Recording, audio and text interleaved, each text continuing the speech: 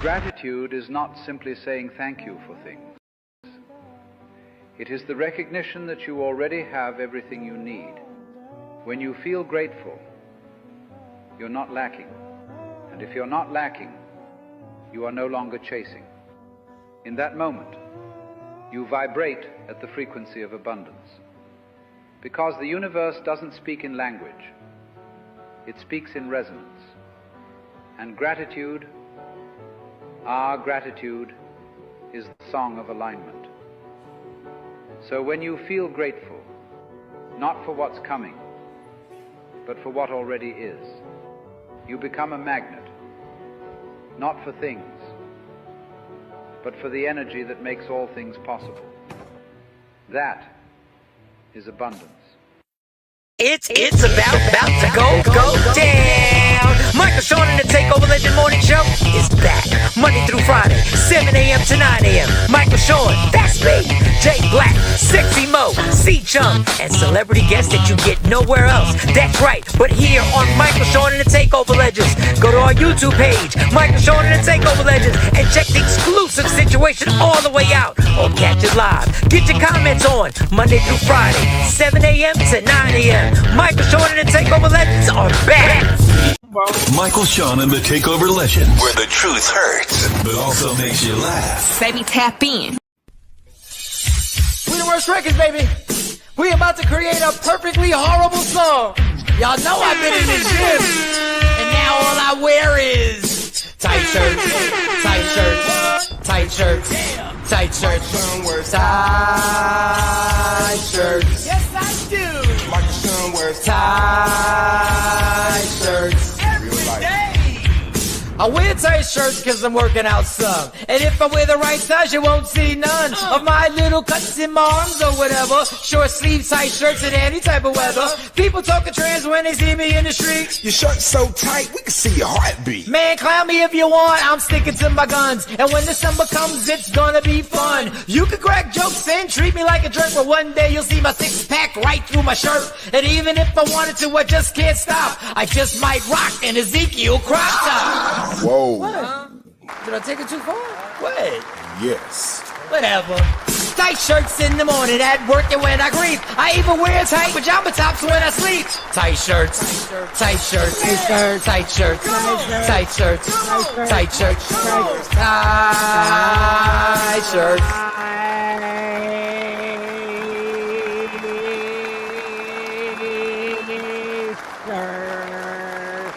I woke up this morning and I was discombobulated.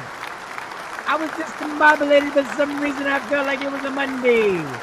I was at my wit's end. I said, today's a Monday. Gotta start. No.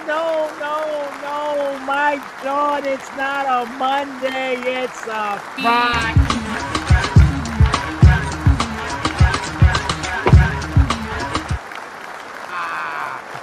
Oh, it's the first day of 2026, man. When I tell you I was so I didn't know what today was. I didn't know. And you people and you and my Takeover Legend community, you know how I remember?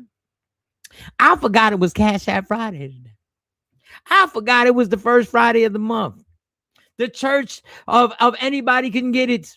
I'm the pastor, and today is the day to pay tithing, but I forgot the tithing. I forgot all about it. You know how I remember? Y'all started sending me cash apps. I gotta dance to that.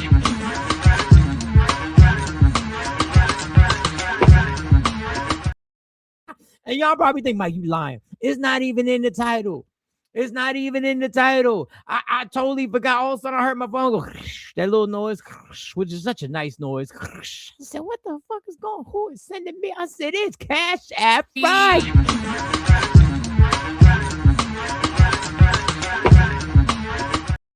Ring.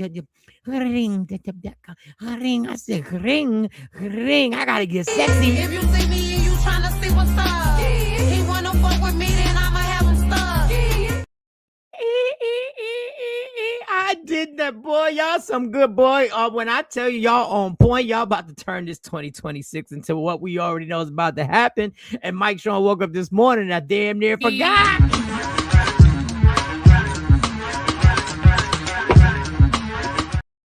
I felt so much better. I said, it is Friday. I felt so good yesterday. I was scrolling, trying to get the show ready and trying to go down the rabbit holes. And I was like, oh, what did I find? What did I find?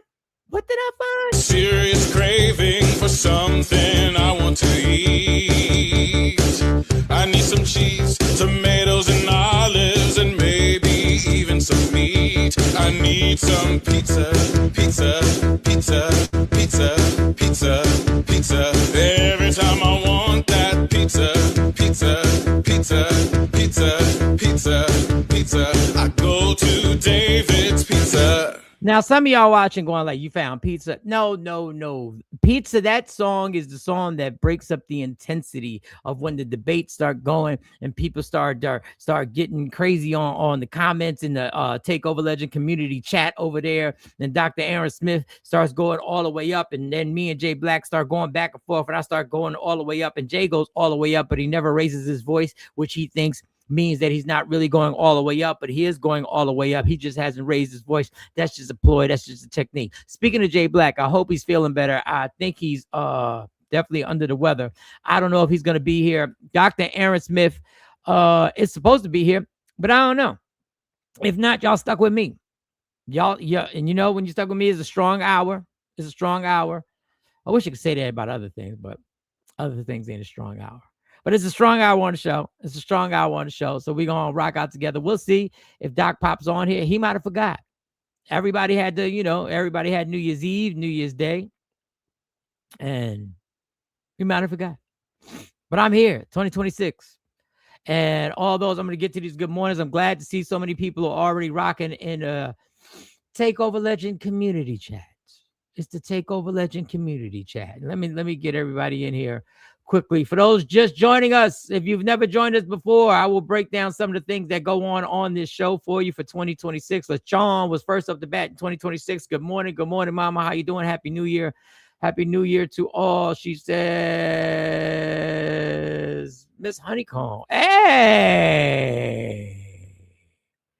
New profile pic. Thank you for the Cash App. New profile pic. Okay. All right, mama. I see your work. I see. Wait. I think he has entered the building. I think Dr. Aaron, I don't know if he's ready. But round of applause for the first time in 2026. Dr. Aaron Smith is in the building. Dr. Hey. He's in the building. Happy New Year. I totally forgot it was Cash App Friday for the church and anybody can get it. I totally forgot. They reminded me by hitting me up with the Cash App. All right. And I appreciate y'all. Whatever.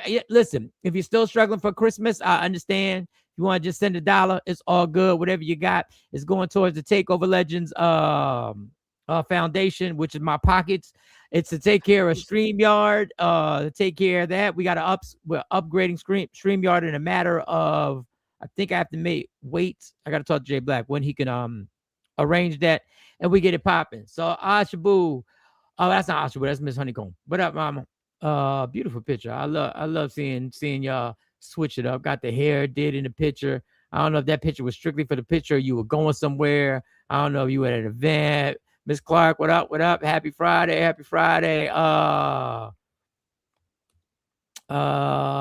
Miss Parker, what's going on?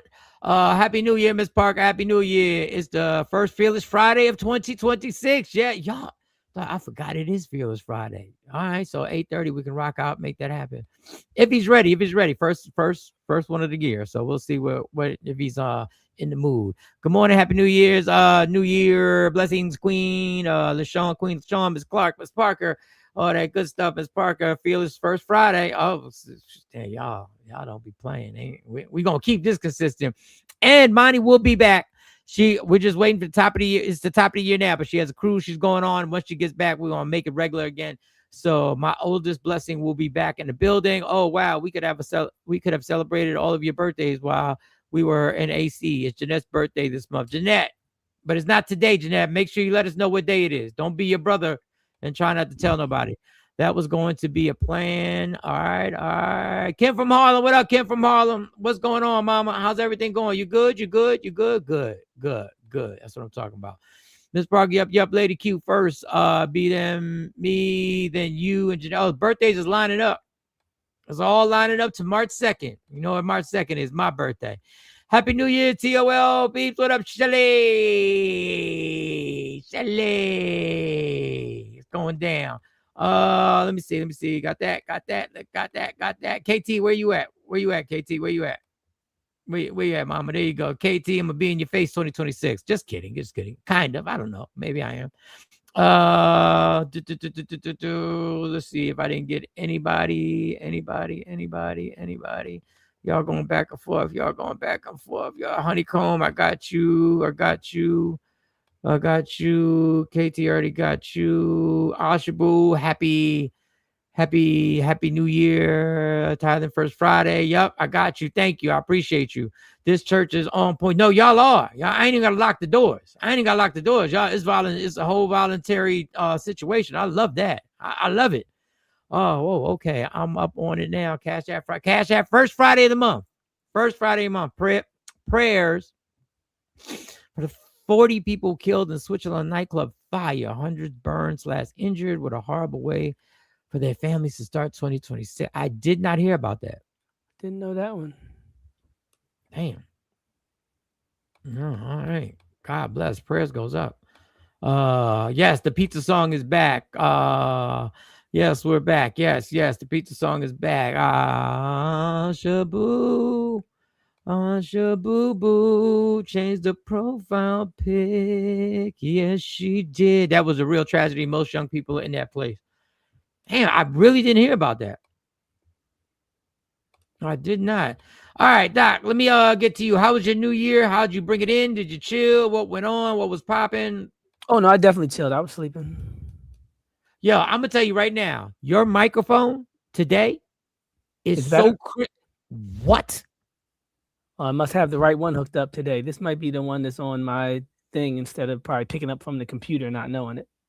Doc, the way you sound right now, I'm about to go buy a new microphone. I'm about to go buy a new microphone right now. It is definitely. I got the Bobby Brown. It's my prerogative. Do what I want to do. So what did you do? What was the actual? What went down? Legs. Happy New Year. Did you? Oh no. I went down. I went to sleep. I woke up and saw all the Happy New Year texts. Wow, I was that guy this year. Yeah, I was that guy. I woke up and was like, oh wow. I must have went to bed about 10:30 maybe. I didn't even come close. So I was running, chilling all day. I did some visiting. I went to a movie, Marty Supreme. Is it Marty Supreme? Oh, don't tell me. I'm gonna go see that one. I'm gonna go see how. Yeah, but good or bad? Good or bad? It's good. Okay, yeah, but yeah, it's definitely gonna go see that. It's good. A lot of people have a lot of comments about it. How their opening weekend is being portrayed in the varieties and those magazines that run Hollywood, and they're it did I think it was like 6 or 10 million the first weekend, and they were complimenting the actual box office, but then a guy made a point of how they downplayed and said Sinners was a flop. And it took 70 million for the Marty Supreme. I like the movie. I'll just tell you that. I'm not going to tell you too much. I like the movie. You know the general premise of it. Well, not at all. Not at all. Oh, okay. That's why I always try to go early enough to not get that. All right. Well, I enjoyed it. Lady Q on the 5th, Shelley on the 8th, Sean on the 23rd, Jeanette on the 31st. Did I miss anybody? No, you missed the grand finale, March 2nd. That's what you missed, March 2nd. Yeah, we building. And y'all coming to my party. And yes, I'm having a party. And I expect everybody to be there. Party. We all going two-step. Mama's away. I don't even know if I'm telling any jokes at this party. I think I'm literally just having a party. I just want everybody to get together. Y'all get your sip on it, and we going to get together. Yes, I'm putting pressure on myself. I'm having a party. No event. Braids out. Deep conditioning in. Haircut and curls. Yeah, I see you, mama. Deep conditioning curls. You and all that fancy Hall of Fame beautician hair specialist lingo that you spitting over there. So sorry for date mix up, ladies. You mix up the dates. Don't worry about it. You did your best. You did your best, but I guess your best wasn't good enough. But it's always good enough, Miss Parker. Because here we are, back where we were before. Last American Virgin. I don't know if y'all saw that movie. Amazing movie. That was the song that ended the movie. So I was out running, saw the movie, liked the movie, and just, doing my thing. And I came home, I got home around 9 o'clock. So the Ohio State game was on. So around 10:30, I said, I'm going to close my eyes a little bit. Bonnie's in there. She's fixing a whole vanity that she got for Christmas. And listen, my girls are the handiest people I know. I guess they got these genes from my father who was handy, and their grandfather, they were handy. I'm not handy. She put up this vanity. Anyway, she's got the screwdriver. She's got the electric screwdrivers. I look over there. There's at least 200 pieces that she's putting together. I don't even want to interrupt. I see she's focused. She don't want to chit chat. She got her whole, please leave me alone. Please don't ask me how my day was. Cool. I'm not going to ask you how your day was. The family's chilling. People in their different rooms. I go in my room 10:30. I said, I'm going to close my eyes. I wake up at 12:30. I have never, ever, I felt some type of way. I've never missed the countdown. Wow. I've never missed the 5, 4, 3, 2, 1, ever. Never missed it. I missed my twins hitting me on FaceTime. They were confused, like, Dad, because I'm adamant. I got to get in touch with everybody. So I slept till 12:30. I don't know what that means. If that's symbolic for 2026. It's not. Maybe I just needed extra rest. It's not. So did you do anything New Year's Day? No. Just this week, everything's closed. So this week is always sort of like this. This is the week I take it down because, every other day of the year, I'm pretty much at the job. These are the only days where campus is closed. Oh man! So Asha got details about this. New Year's Eve, they have the tragedy in Switzerland. They have alcohol bottles with sparklers on the top, and it caught the ceiling on fire. God, not that. Oh, this might be a real tragedy, not some. Wow.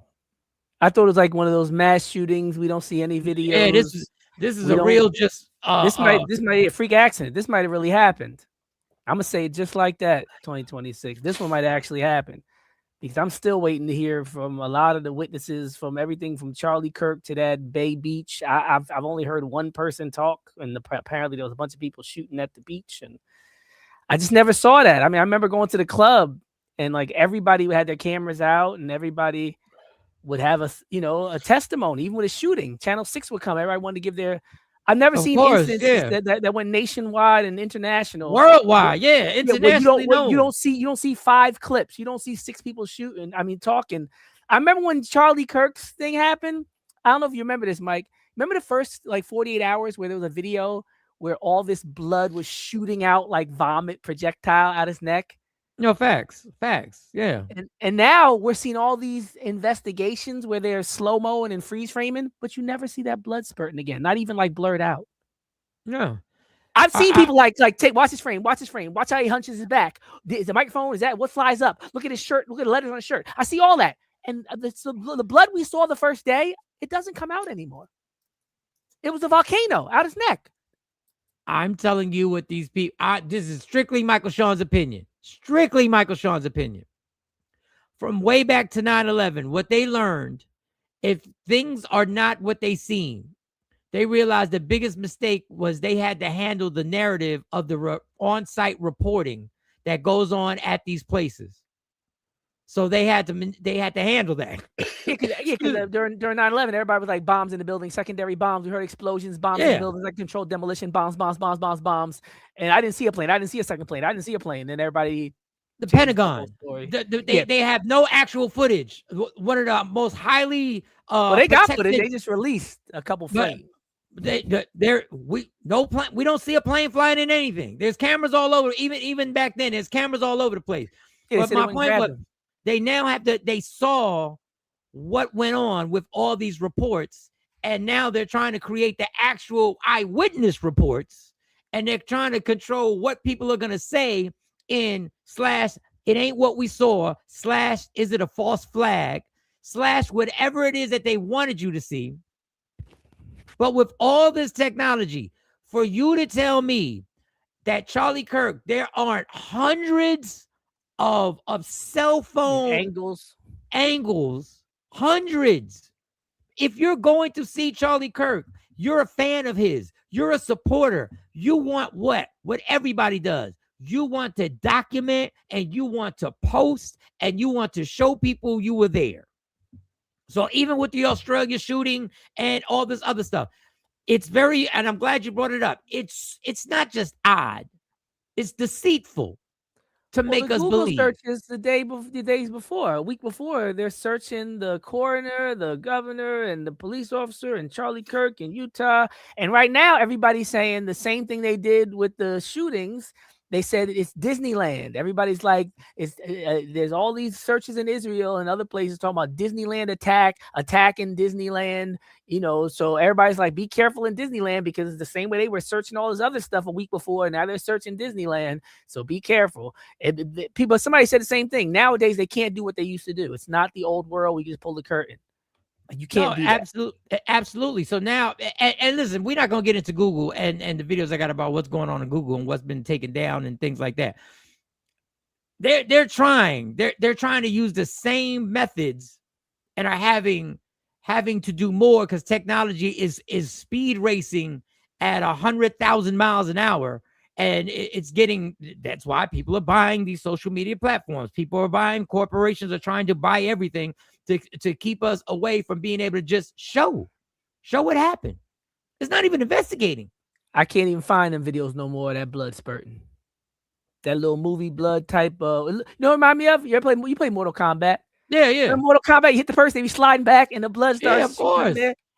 Charlie Kirk videos was all over the place, and now they're no place. Like I should have downloaded a couple of them joints. Like, no, it's got so much.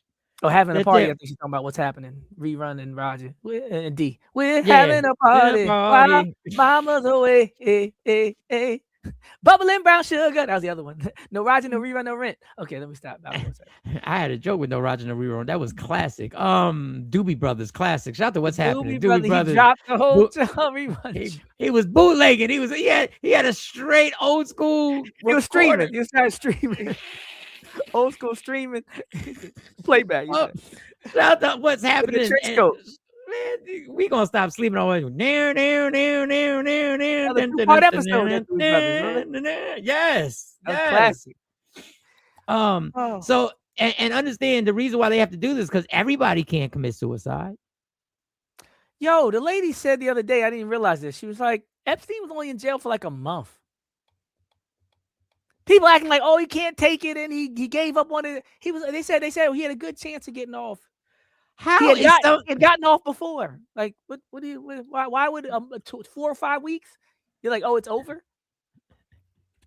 You're moving billions. You're part of intelligence, the intelligence community. Why would you think you? If anybody was getting out, it was him. Do I think he's alive? Yes, I think he's. They wasn't going to be able to get rid of him. But, happy 2026. But the conversation they're not willing to have is they're not ready to see the connection between lying in these textbooks, calling the police, denying reparations, letting Mike Brown lay in the street with his head busted open and blown off for 3 or 4 hours. They're not ready to see the connection between all that and Trump and Epstein in their current condition. Mm-hmm. They don't want to see how their daily microaggressions and behaviors created a context to give the world a Donald Trump and allow a Jeffrey Epstein and his network. They're not willing to see that. They want to believe that Trump is bad and, oh my God, Epstein. No, nigga. The way you act every day, the world you created, the culture you promote, right? The police that don't want to listen to anybody and want everybody to think that their job is more dangerous, even though they're not in the top 10 of dangerous jobs, like we said last week with the loggers and everybody else who has real dangerous jobs. It's more dangerous than theirs. But you got to somehow think that the world is about you to have certain roles, but unfortunately, they're roles of authority. And we've had this conversation the first week I was on the show, systems versus individuals. a year plus later, we're still trying to talk to police officers about the world ain't about you, nigga. There's a system. Yeah, but I got shot at.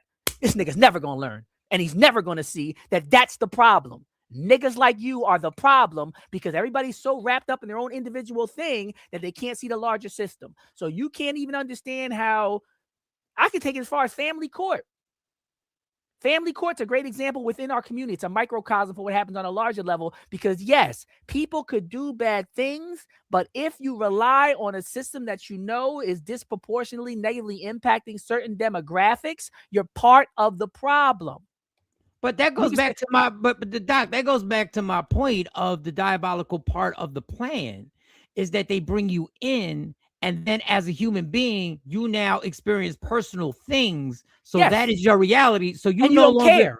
Yeah, you don't care because you're like, I could die. And then you lose focus on the entire system. It's going on with these streamers now. The same system that took every Hollywood celebrity and twisted them up has now gotten Aiden Ross in a system where he thought I was free. I'm independent. I'm a streamer. I'm independent. I can do what I want to do. And just in the same scenario, he sees now he's indicted with a RICO charge because the system that controls gets their hands on something. And when they give you the check, and they bring you in and you are now part of what you think you're part of the group, whether it be a comedian getting famous, whether it be a police officer serving the city, no matter whether it be a politician. They said, there's a video I saw that said, any politician that you root for, if they've been in their job for more than a year, the system got them. Yeah, the system got them. AOC was still rocking with us. She was going to Pelosi every couple months. Then they talked to her. They was like, "Yo, you're gonna have no future here." Hey, I give you Doechii super fly verses that she put on this song, complaining about people complaining about her being caught up in the system. And with a Doechii, I hope you're not.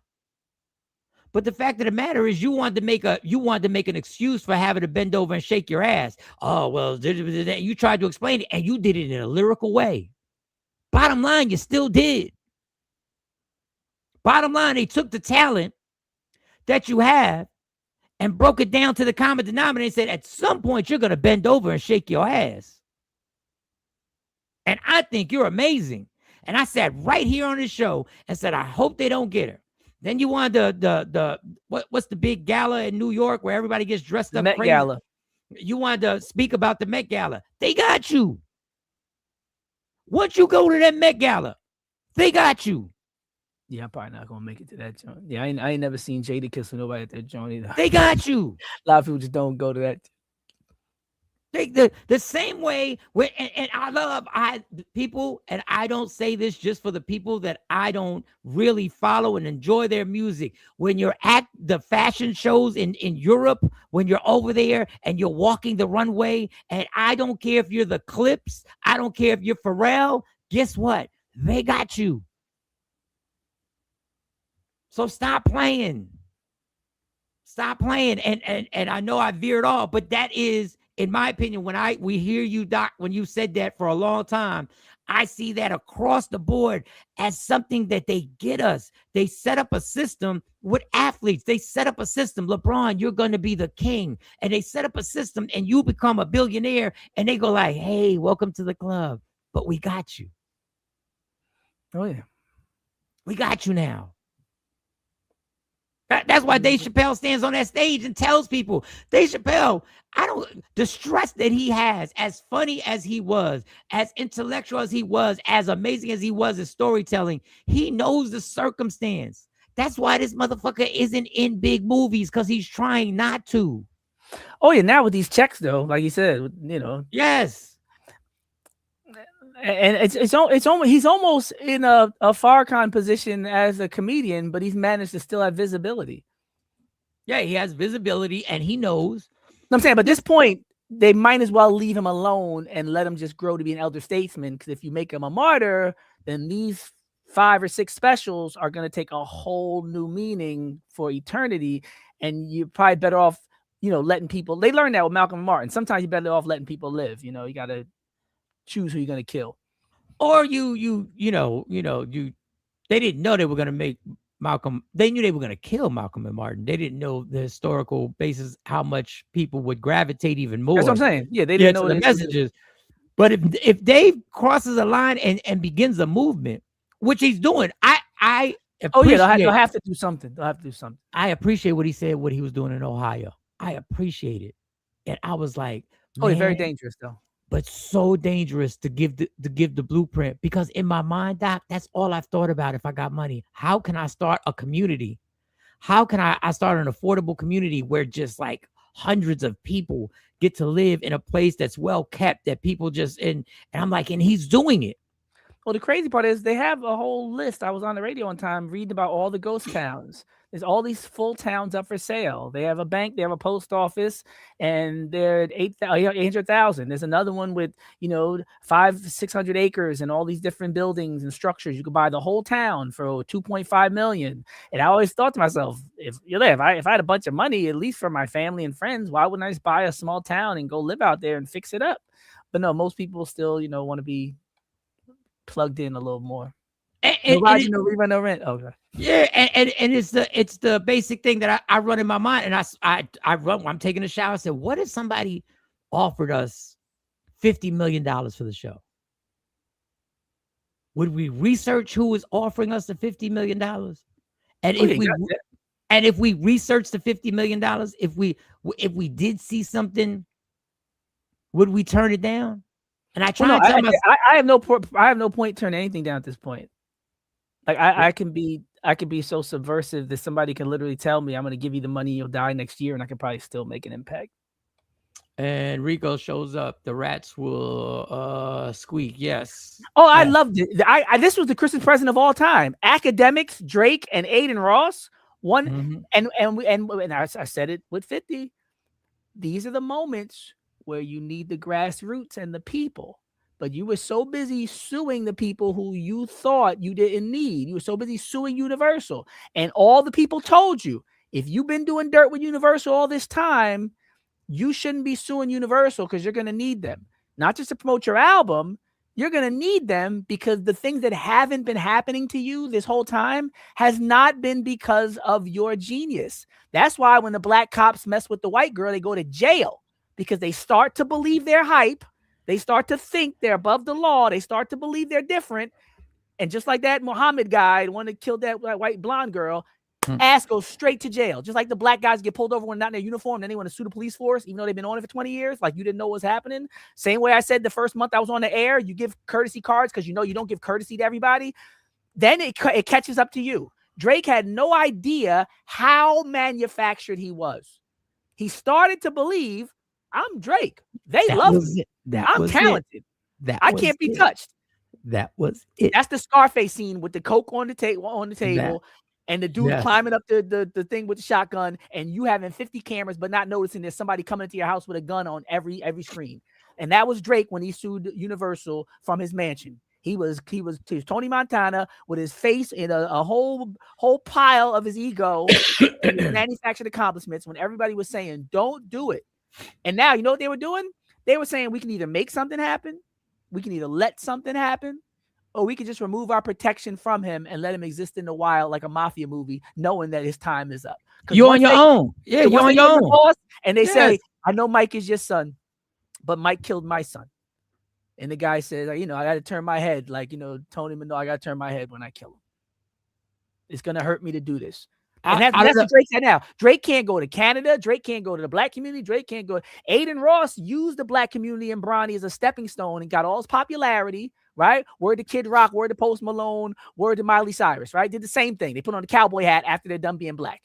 So Aiden Ross was like, oh, I'm a streamer. Hey, I Show Speed. Hey, Kai. Hey, Bronny, right? Got his chops up, started interviewing Nick Fuentes, interviewed Donald Trump, went full MAGA, started saying the N-word and all this other stuff, called Doechii dirty slut and everything else. Now the Rico's here. And you know who you need more than anybody else in the world? Black women, to be honest with you. But Drake needs Universal's protection, and he needed that protection. I think he thought the white side of him. He thought like that and said, I can make this happen. I don't know how to take this comment. You can always tell a liberal clown they love defending the cage and mock anyone who points at the lock. That has to be the coldest form of slavery. I don't know how to take that.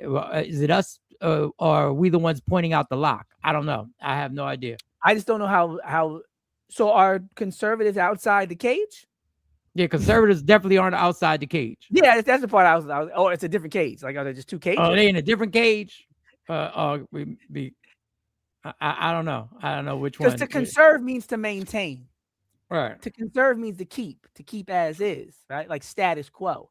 So you would think if somebody's trying to conserve the way things are and the balance of power and the balance in terms of disparities in wealth, if you're trying to conserve and keep it the way it is traditionally with traditional values, then you're probably in a more significant cage because you're not even looking for change. You're looking for maintenance of a matrix.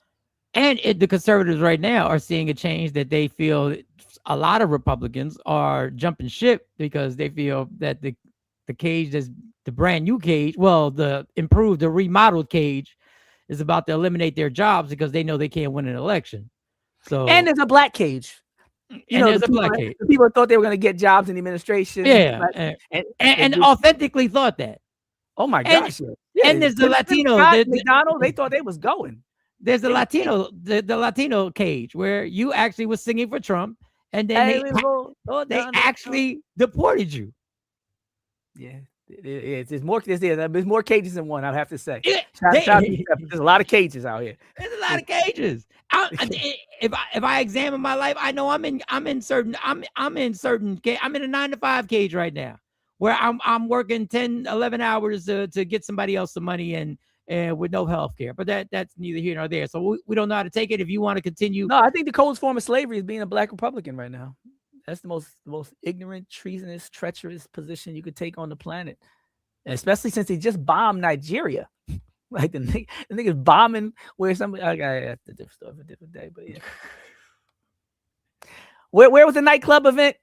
I got to do Nigeria first. I'm sorry, Switzerland, but I gotta. Until I see the pray for Nigeria, Switzerland gonna fend for itself. And I saw somebody say something so powerful. They did a countdown. I had the name too. I want to shout out the names. It was that good, and maybe people could watch it. But everybody does their countdowns, and they did a countdown, and they basically said that the number one story of 2025 was Black people using rest as resistance. And I was like, I've been trying to explain it since it first started happening. I always referenced the 92% of Black women, and I was saying it when ICE was running through the streets, and I was saying it. I was like, yo, we have evolved. Everybody wants to copy Black people. This is the new iteration. The same, y'all still copying what we did in the 60s? This is our new, updated, innovative form of protest that y'all ain't never seen yet. Y'all seen plantations burning. Y'all seen marching and singing. Y'all seen protests. Y'all even seen riots. Y'all ain't never seen us fall back. So in 2025, we rolled out the new way that the world is going to learn how to protest. And Black people took the lead again and showed the world. Sometimes you got to let these devils get what's coming to them. Don't save them. Don't intervene. Don't interfere. Let God have it and take control and fight the battle. And Black people sat back and rested and rejuvenated. And they were like, that's the number one story of the year. How we showed that rest could be a form of revolutionary resistance. And I was like, amen, sister. Well, interesting enough, there's a clip where in the falling back, other people, white people, have started to now vocalize things that have been said for years. They have started to vocalize frustrations because, like George Carlin, famous historic comedian, said, you're not part of the group. You thought you were part of the group, but you ain't in it. But this man has a valid complaint that we've been saying for a long time, and people have been wondering why. Why can't we get by in this country anymore just working one fucking job like our parents and grandparents did?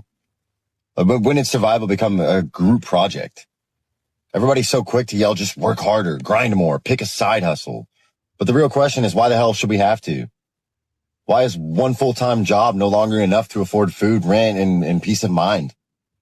Why are we working 50, 60 hours a week away from our families and, still checking our bank apps like we committed a crime? Why is owning a home now treated like some luxury fantasy instead of the bare minimum of our parents achieved with a high school diploma and a single paycheck? Why are people forced to DoorDash after 10-hour shifts just to afford eggs, gas, and maybe prescription medicine, maybe even diapers? Why do people celebrate people working for themselves into exhaustion, but shame them for admitting they're struggling? Why do we keep pretending this is normal? You shouldn't need a second job to just keep your head above water. You shouldn't have to burn out just to barely get by. Why is everything rising except our wages? This isn't laziness. This isn't lack of ambition. I mean, this is like a system designed to drain you and convince you that it's your fault. I mean, it's not your fault. You're not behind. We're being buried alive and then told to be grateful for the dirt. Listen, you don't say. Wait, was that an African American? Don't get me started out here. This is what I'm trying to say. When I saw the clip, I said, what happened to lift yourself up, tighten them bootstraps up and lift yourself up? But America, this is by design. So he peeped the systemic analysis now. He peeped the whole It's not lazy. thing. He says not like, oh wow. So again, shout out to all the black people that fell back. Shout out to everybody that didn't pick up a brick, didn't march a step. Shout out to all of us for meditating, getting our rest, saving our money, connecting to our families, because these devils wasn't going to see it until it hit them. And all you could do is stop saving them and bailing them out and getting on the front line for them. And now they talking like Dr. King was talking in the video clip I showed when he talked about subsidies and how people are getting paid to not grow things on their farms, and they got land grant colleges. Not only that, right? And Dr. King said, when we're going to Washington, we're going to get our check. Dr. King was talking about these are the same people that tell us to lift ourselves up by our bootstraps. Like Dr. King was saying this back then.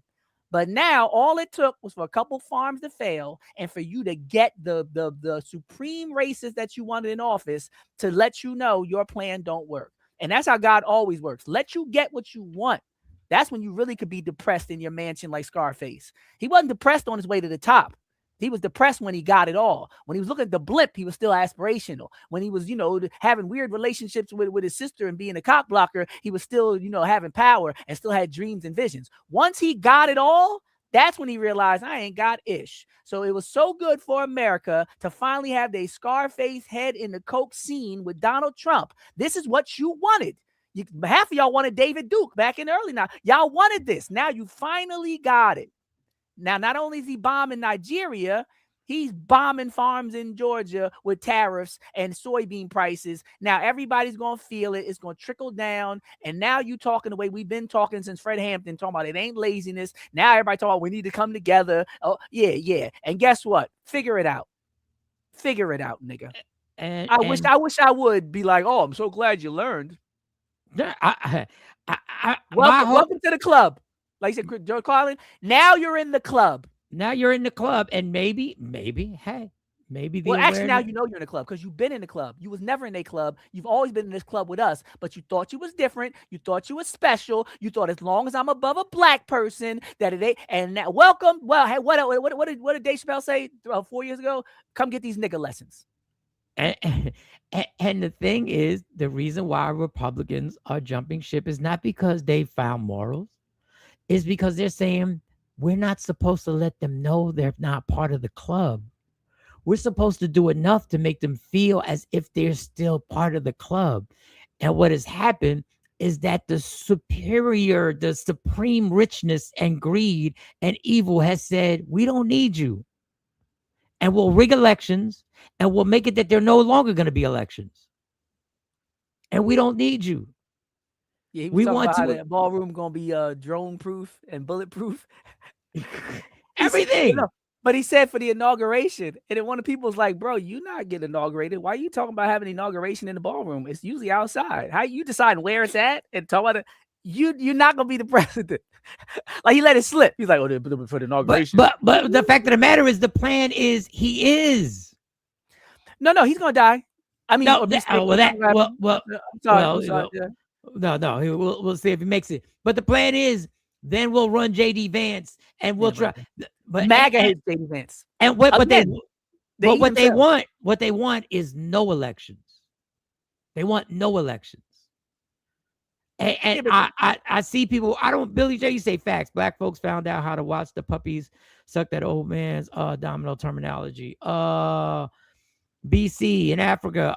Yo, Doc, I've concerned. Most often, your communication is based on racial profile, which brings division among people.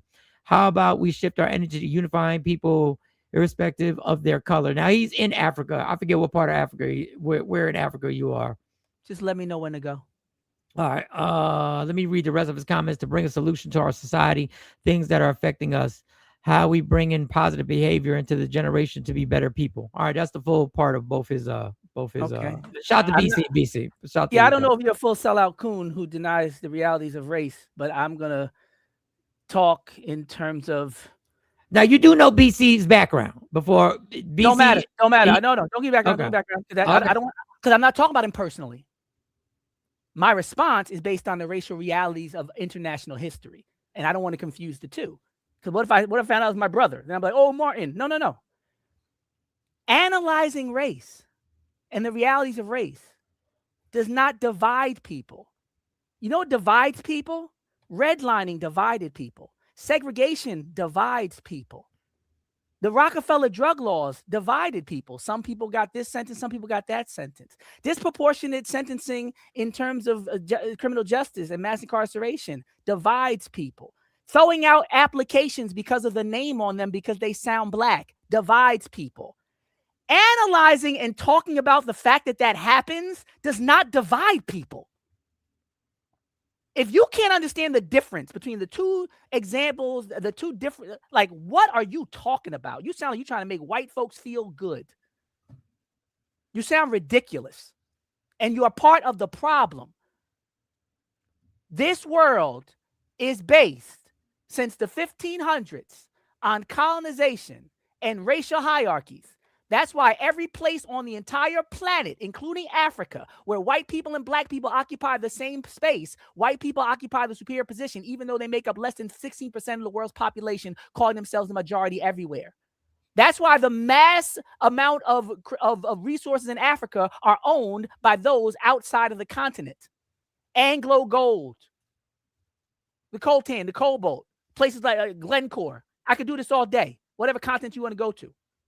That's why Israel is on the continent of Africa, but it's called the damn Middle East. That's why Europe is actually a part of Asia, and there's not 7 continents, but because they're white, they say it is, even though it's not surrounded by water on at least 3 sides. That's why the projection map, right, is showing Africa as 3 times as small as it actually is and making North and South America bigger.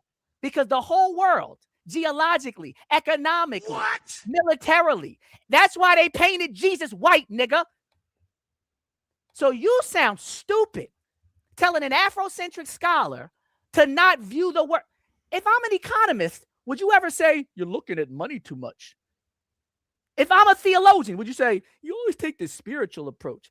Nigga, it's who I am and what I do. And it's necessary because too many niggas is blind to the realities of race. And especially when they come from the continent or the Caribbean, where the Nicki Minaj and they're these tethers and they don't know the black struggle in America, but they try to comment to black people in America about how important race is. And that's effed up. That's like telling a Jewish person on facts, on facts, on top of facts. They'll never tell Jewish people, yo, you talk about the Holocaust too much. You can't come over here and have that conversation. Go talk about apartheid. Don't talk about racial stratification and how it impacts the moment-to-moment realities, how on a cellular genetic level, when our babies are dying twice the rate of other people's babies, and when people come from Africa, they're on par with white women, but after 1 generation in America, their babies are dying twice as much, and the infant mortality rate is twice the rate of white women. There's something unique happening in America racially that's killing us. So with all due respect, sir, you could shove that and keep that right where it's at. This ain't about BC. Now I know BC, you're texting. So give him the link. Well, Jay Black's not here. I don't know how to give him the link. Jay Black's not here. This ain't about making white folks feel comfortable. This is about bringing all people together. What you are doing is building the hatred in people to go emotionally wild against the race. Why is talking about racism talking against the entire race? When people talk about gang violence and welfare, I don't think that they're talking against me. If I'm talking about racist, why would you think I'm talking about an entire race? You the one generalizing. You think they all racist? Is that what you saying? I don't remember anybody on any show talking about anybody with white skin. Hell, Colin Powell got white skin. Colin Powell got lighter skin than many Sicilians. So we're not talking about Michael Sean's skin is the same color as some people. He's not them.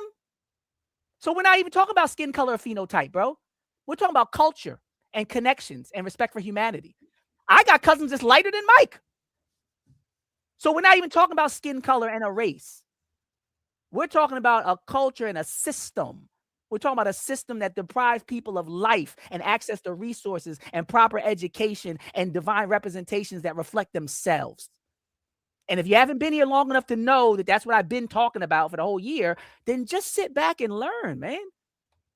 Because if you think that talking about the history of Black people in America is somehow fomenting hatred, then you're part of the problem, because that's what the devil's been doing to us the whole time we've been here, that we're supposed to take it and not talk about it. And for some reason, somehow us reacting and us talking about our condition is worse than the condition we're in or the people that put us in that situation to perpetuate that condition.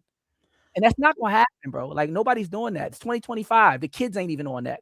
All that coon talk and everybody's get along. And you don't get along with people that's trying to kill you. Literally. Forced sterilization from India to Israel to Florida. Forced sterilization and eugenics. From Bill Gates. Like, if somebody's trying to kill you, you a coon for saying can't we? You Rodney King out here, bro.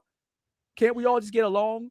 Well, 58 minutes into the show, it's a good time for a pizza break. Craving for something I want to eat. I need some cheese, tomatoes, and olives, and maybe even some meat. Get your jazz hands ready. I need some pizza. Every time I want that pizza. I go to David's Pizza. Well, after that, we can just go right back in, because there's a last question for the crowd, though. Ready? Anybody can answer this. You can answer this too, Mike. Have you ever heard anybody be told they're too Jewish? No. Have you ever in your life even heard Asian people go back and forth about somebody focusing too much on being Asian or Chinese, Japanese? Have you ever has that community ever had to defend their position or their love or the way they're centered and view the world, their worldview? No, even the ones in New York who don't even talk to people who ain't part of the community. Let's go there. Let's talk about the Hasidic community who don't even talk to people, who will not. Oh, you muted yourself. You muted yourself. I don't know how you did. I'll stop hearing you. How about yeah, that? now you're back. But there's communities that don't even talk to other people. I've seen Asian, Indian, and Jewish communities that don't even deal with Black people. Act like they don't exist unless they buying something from them. And they are never told, hey, you need to get with everybody and do with everybody and care about everybody. You need to come out here for this Black Lives Matter protest. That don't got nothing to do with me. All right, let me get to these comments. You can only be Black. Afro going, please, people don't want to fix anything. They are not aware of BC. Doc is being necessary awareness. Ashabu. Because of Blacks and minorities in the struggle, it was pick yourself up by your bootstraps. So we learned how to survive and provide and got stronger. Now that it's them, they're not ready. Okay. All right, Ashabu. I see we turned up 2026. Let's go. I like it. Doc shifted in the chair. Yeah, I knew it was coming. Nikki White Chocolate, she said, what's going on? Good morning, everybody. Good morning, family. She said, what's going on? Well, Nikki, you should have been on this show from the beginning. Happy New Year, baby. Let me get BC has a comment. Then I got to get to this clip, y'all. This ain't about making white folks feel comfortable. I read that one. Yeah, I did read that one. All right, so let me maybe from the statement, Afro Queen laughing at me.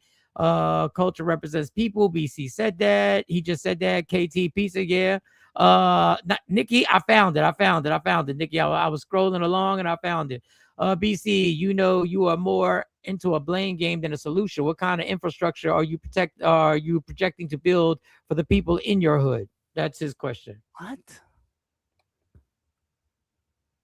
I would love to bring you live, BC. And if I knew how to share the link and just put it up there, I don't know how Jay does. Let me see. Jay might have it here. And for the sake of the community, I hope you remember our vocabulary word for the month when I talked about ad hominems. And I said, once people start talking about you personally, they've already lost the debate. What are you doing in your community? Nigga, we having a systemic analysis talking about presenting evidence about worldviews. And that's why I told you, Mike, don't tell me about the person personally. Right. Because I don't want to get into a back and forth about what you do in the community. That's dumb-ish. That's nigga shit.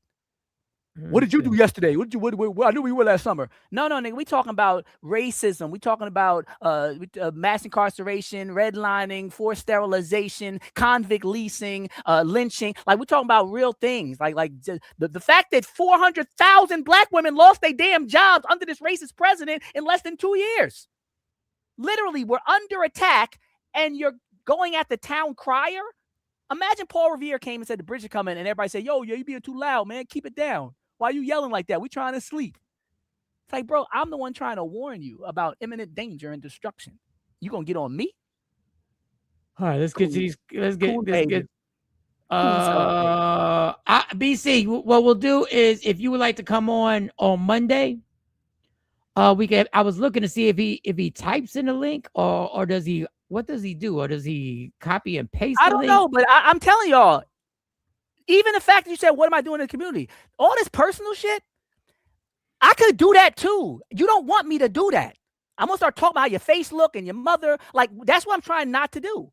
I'm having a scholarly conversation. You want to drag it to hell? You're going to get mad and you're going to feel some type of way. You're not built for that one. Well, don't make it personal. All I said was racism and systems. Come with your systemic analysis. That was my issue with the cop, nigga. Tell me where I lied, nigga. Talk about what point I made that was inaccurate. I just don't like the way you feel. Man, I don't care what you like, nigga. I just felt, this ain't feelings. Right, what? I'm going to show slides today. You could number them. Pick which slide is inaccurate. Critique the system, the information, the accuracy, the validity. That's it. Scholarly presentation, scholarly critique. All right, so let me get to this. The title of it is Nick Shirley first exposed daycare fraud, and now he is being exposed. I'm going to get to that because I don't want to be the show that puts the title up and never gets to it. For those who don't know, and I'll get to that in a few minutes, I just want to play these alleged tapes that happened a long time ago, phone calls that Donald Trump. So I just want to play some of the phone calls. Now listen, man. All I can do is tell you I tried my best to research it. I'm Michael Sean. All I am, I'm humorous. I give you some jokes, but this is some stuff that I saw on the internet real quick on TikTok and everything like that. And you can laugh and giggle, but this is an alleged leaked phone call that was recorded and leaked. Everything's being leaked, so I don't know. I don't know. Here we go. It's a little. Not releasing the Epstein files. Fuck Marjorie Taylor Greene. I don't care what you do. Start a fucking war. Just don't let them get out. If I go down, I will bring all of you down. Sounds a little rough. Are you feeling all right? I feel great. I was shouting at people because they were stupid about something. Not releasing the Epstein files. Fuck Marjorie Taylor Greene. I don't care what you do. Start a fucking war. Just don't let them get out. If I go down, I will bring all of you down. Sounds a little rough. Are you feeling all right? I feel great. All I can tell you is I don't know when it was leaked.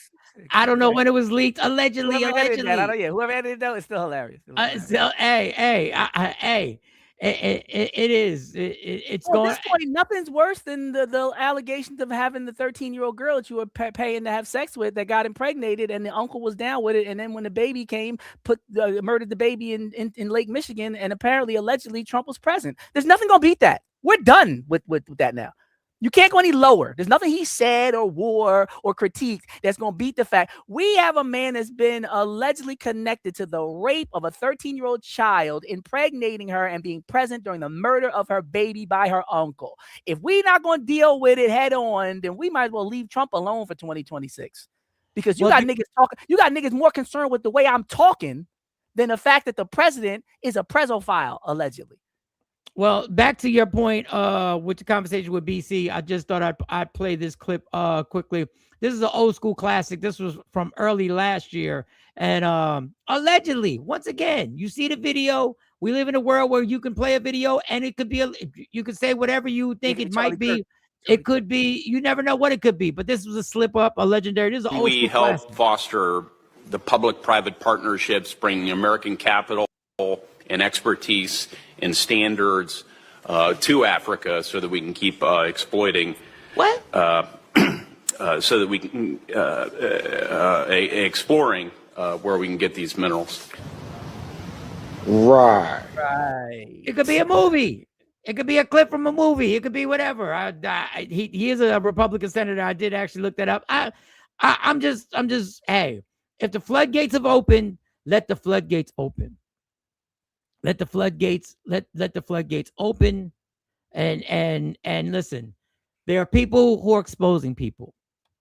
And in 2026, I realized the dangerous game is when you expose people with the technology that is social media and the internet, you can then be exposed. It's going on. It goes on. Now there's a price to be paid if you want to tell. If you tell, somebody will get enough information to tell on you. So the YouTuber Nick Shirley broke the internet with Minnesota. He said Somalians were running daycares and they were millions and hundreds of millions of dollars and the daycares didn't exist. And then CNN caught up with them and they were like, all right, homie, talk to us. Let us know. Let us know. How do you know that all the allegations that you're making are true? How do I know that they're true? How do you know that you're right? How do you know that all the allegations that you're making are true? How do I know that they're true? Well, we showed you guys what was happening, and then you guys can go ahead and make your own analysis. We're coming so we can make our own analysis. Are you 100% sure you're true? Yeah, I am 100% sure I'm true. That was conservative YouTuber Nick Shirley. His viral video where he's going door to door at daycares in the Minneapolis area and saying that he's uncovering massive amounts of fraud at Somali-run daycares has exploded on social media. Elon Musk retweeted the video. J.D. Vance retweeted the video. CNN is looking into Shirley's claims. This idea of fraud in Minnesota, though, is not new. In fact, for many, many years, the Department of Justice has been prosecuting cases against dozens of defendants, many of whom are concentrated in the Somali American community here in the Minneapolis area. Some of those cases actually began under Biden's DOJ in 2022 for a various list of different types of frauds. And so far, there have been at least 80 people indicted, at least 56 convictions. Attorney General Pam Bondi responded to the Shirley video, as did the FBI Director Kash Patel. Both of them say federal law enforcement has been all over this from the beginning and has secured many indictments. So the story went crazy, everybody. But be careful now, because when you decide to expose somebody, the internet will find out everything about you and will then say, well, let's research your family. Well, how's your family get down? I know dad's like, how the fuck did I get involved in this? But Nicky. You thought we wouldn't find out, didn't you, old pimply-faced Nick Shirley? Nick Shirley's family were involved in a federal lawsuit due to concerns and allegations of fraud. This is all according to public federal bankruptcy court records. The court documents shows his mother, Brooke Shirley, his father, Paul Shirley, his aunt, Amy Hall, and her husband, Bailey Hall, were all involved in the lawsuit according to the court documents. The case centers on a health billing company that handled billing and payment processing for gyms and health clubs across the United States. The court identifies Bailey Hall as the person who owned, managed, and controlled the company and its finances. The billing model described in the filing was simple: collect all gym member payments, keep only 6% as a fee, and send all remaining money back to the health clubs and gyms. The court claimed that did not happen according to the court documents. Bailey Hall added his wife, Amy Hall, her sister, Brooke Shirley, and his brother-in-law, Paul Shirley, directly onto the company payroll. The court alleges they did not perform any work, did not provide services, and did not actually work for the company. Despite that, the court alleges they received tens of thousands of dollars through payroll and direct payments over time. The court alleges this money came from funds that were supposed to be returned to health clubs and gyms. Instead, according to the filing, client money was diverted to family insiders to use for personal benefits. So what's the big deal? I mean, they had a scheme. They were, but they had a front. They had a front that really wasn't doing the work that they were making the money off of. sort of like what you're saying about the daycare. But once again, fraud is fraud. Like, that's how he recognized it. He know fraud when he see it. He said, yeah. I've been to my family reunion. I know. I'm getting fraud vibes. So he felt right at home. So I'm like, okay, so you're talking about the family. All right. So you recognize fraud, like Doc said, when you see it.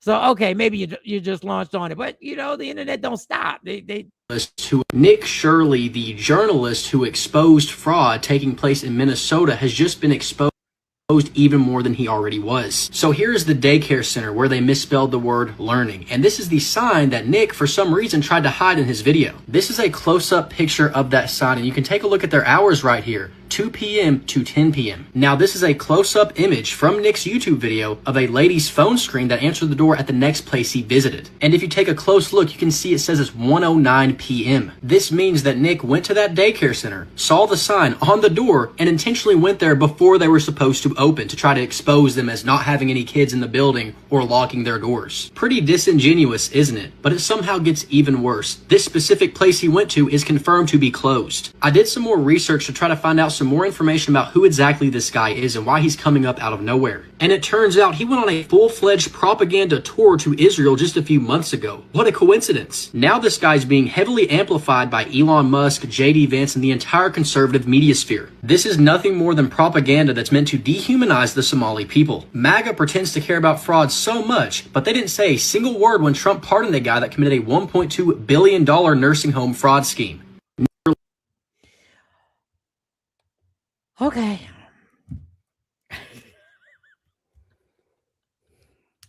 People, I'm gonna tell you. And I'm glad the dude was white, because that is y'all work to do at this point. Because if this was 5 years ago, that would have been a black woman all over black Twitter pointing out hypocrisies like the canary in the mine, telling people that they need to be equitable and just in the way they view things. But now it's beautiful. It's beautiful to see a young white boy who probably would have had a tiki torch 6 years ago. Now he's sitting out there exposing the hypocrisy, because it wasn't typical for young white men to be exposing hypocrisy like this 6 years ago.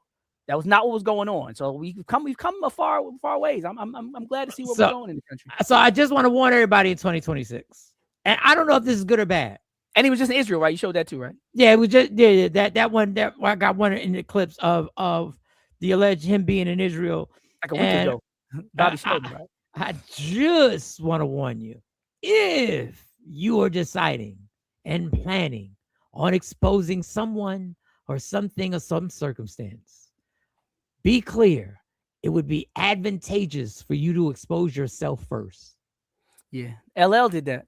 Because there's enough evidence on everybody. Now, the bad part of that is, you may have something on yourself that isn't illegal, that isn't on the same par, that isn't on the same level of what you're trying to expose. That don't matter. So people will try and victim shame. They'll be like, hey, you shouldn't have wore that. Well, Nate Parker was found innocent. They still crushed his movie. Remember that? He got accused of something, and they said he was innocent, but so what? They just brought it back in the media long enough to hurt the movie. Exactly. So be clear, be focused, understand that now the technique of exposing somebody, first you got to start with yourself. Before I play this, you got to give a preface. You got to preface the whole thing before I play what I'm about to play, because I know what the rebuttal is going to be. And I know, let me give you a rundown of things that they're going to say about me before I play this. Because hiding anything in 2026 is impossible. The most powerful people on the planet are having a hard time hiding things. So if you think you and your laptop or you and your iPhone, that's the most dangerous place to be. If you think anything can be hidden, it can't. So you'd be better to jump in front of the game and be like, hey, I'm going to tell you what they're going to say about me before I bring this shit all up. It's 2026. This is going to get, listen, 50 for mindless distractions. 50 has put the warning out to Fab and everybody, because that's the game they're playing. You're going to expose this. I'm going to expose that. It's the first of the year. 50 said I was a little busy wrapping things up, but these men are going to regret This is great how I just twisted into a mindless distraction. They're going to regret ever bringing me up. So the fireworks, and that's mindless distractions. I don't care. That's just for entertainment. I ain't want to curse, but I can't do the reframing. They critiqued your documentary, sir. With all due respect. Like, we're not doing that. I'm that whole Overton window thing people try to do, where it's like, this happened, but you try to do this. I'm not going. What I said I'm about to do, the same way I just snapped on that coon, I'm telling y'all, 2026, I want all the smoke. I'm not playing with none of y'all niggas. I'm not going. So if you're going to try to act like they came for you and talked about you and didn't critique a documentary that you pushed to the public to consume and critique and view, then F you, you monkey-faced, dumb, crack-selling, beating your girlfriend ass nigga. We're not doing that. Well, don't try to play with me like I'm a child. They talked about your documentary. You went personal. Now you're going to try to flip the narrative in the history and be like, they should have never talked about me. Nigga, they talked about your show. You had a little show about Diddy. They talked about that. Then well, let me add more to it. I'm not going, man. Let me spice more to it. I don't know why. I don't know what made this man get involved. But some of y'all don't know who he is. Me and Doc know who he is. But Papoose just voluntarily jumped in the fray. I don't know why. He just voluntarily posted a guy dressed like a stripper with 50's face on him dancing, and I don't know why Papoose added in. I don't know why. But that will be I don't know why. You should have left that alone. And hey, this is 50's game. That's what they do. And once again, these are mindless distractions. And another thing I want to add to the show, we normally do the pizza break, which I feel some type of one when I do the pizza break, and it's all in fun. Even when I do Joe's barbecue foot massage, I do it, but I feel a little funny. I feel a little funny showing that man doing Joe's barbecue foot massage, even though I know I'm doing it in lights. I'm doing it in lights. I'm doing it to ingest. I'm just doing it to be funny, to break up the monotony. So in 2026, whether you like it or not, I'm doing hip hop breaks. Oh, that's nice. When things get rough, when things get high tension, I do hip hop breaks.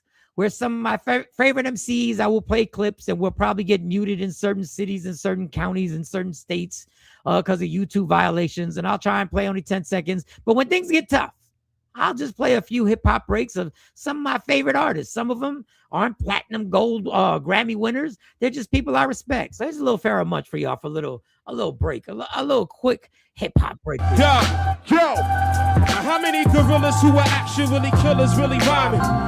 Artists that are actually signed still killing. And when it comes to killing the mic, they not willing, and I'm supposed to be shook. That's the shit to kill me. Take the bullet, flip a rock on a balcony, then vanish, extinguish the sun when I drew, play pool with the planets. We are renegade, a movement, outlandish. My shit straight from the soul. God damn it, it's the one time only. Vernacular, original, miraculous, spectacular flow. Computer digital, I piss upon a pitiful. Ridicule and minuscule. Foul march, you need to pump that ass like municipal and listen to an enigma. The anomaly, your mama nominated me phenomenal. I dominated without a six-pack abdominal. You could get 19 put through that like I'ma do. So what I'ma do is separate the false from the truest. You've amassed nothing trying to ball like UMass. So phenomenal with mics that don't like myself. Sadomasochist MC, I bite myself. But not cameo though. There's no Grammy to show for the love that people hand me on the street and I overstand. Grade school mathematics examining thugs. They discuss bloods, clips, tech jamming drugs. I speak of world peace, war, famine, and flood. Watching Pan's Labyrinth while I'm unraveling blood. Gambling on the next rapper to die in the hood. If God shall choose that artist to be me, let one verse of a song be a reflection of a pedigree. Better than your back catalog recipe. The legacy by which the entire world remembers me. Quote, do not edit me, let it be said I'm top 5 all time alive. And we know that's been stated and so overused. All right, I gotta chill because they're not gonna show this episode now. I apologize. They're not gonna show that. That's what I'm gonna do, and I'm gonna try and leave it to 10 seconds so we don't get in trouble. Well, we're gonna get in trouble for that one. There's gonna be an email that's gonna be sent. Maybe they won't because maybe that won't detect. It's like a freestyle. They may not. Maybe the beat won't detect as an actual song. I don't know. I don't know if Pharaoh Munch's label. I don't know what's going on. But you got the Drake clip. I mean the 50 Cent. No, I don't have the 50 Cent clip. No, I was being funny because I don't know if people are realizing what we said earlier in the show applies to 50 Cent as well when we talked about Drake and Universal.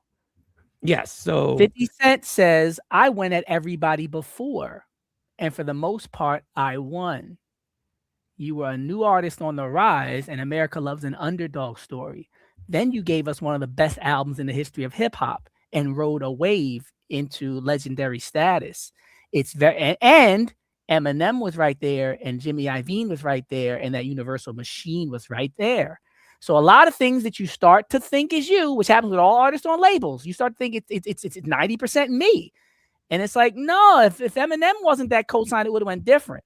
If Jimmy Iovine wasn't at his height and it wasn't Interscope, it would have went different. If Get Rich or Die Trying wasn't out, it might have went different. You were able to go at everybody because of a perfect storm of all of these things. You had the young you had the classic album, you had the machine. Now you have the spoils of that, and you're conflating your past ability and situation and protection with the wealth. And you're going to learn fast. 50-year-old 50 is not in a position to go at everybody. But we're gonna see. I'm not gonna get into that. I said about Drake 10 years prior, so we might not see for a couple of years. But I want to put it on the record that this is not Get Rich or Die Trying 50, and it's just like Buster Douglas. People have studied what Rick Ross did right.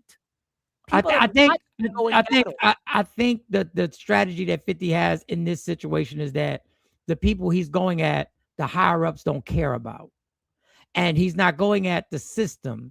He's going at just all this is casualties of war. Nobody in big positions are going to care. No disrespect. They don't care about me. I think they're going to get one of the biggest contracts of the year in terms of podcasting. I think that's going to be one of the big ones. Yeah. They're one signing away from having white zaddy protection, corporate protection. Just like Dillian Wallow. Once they signed, it changed.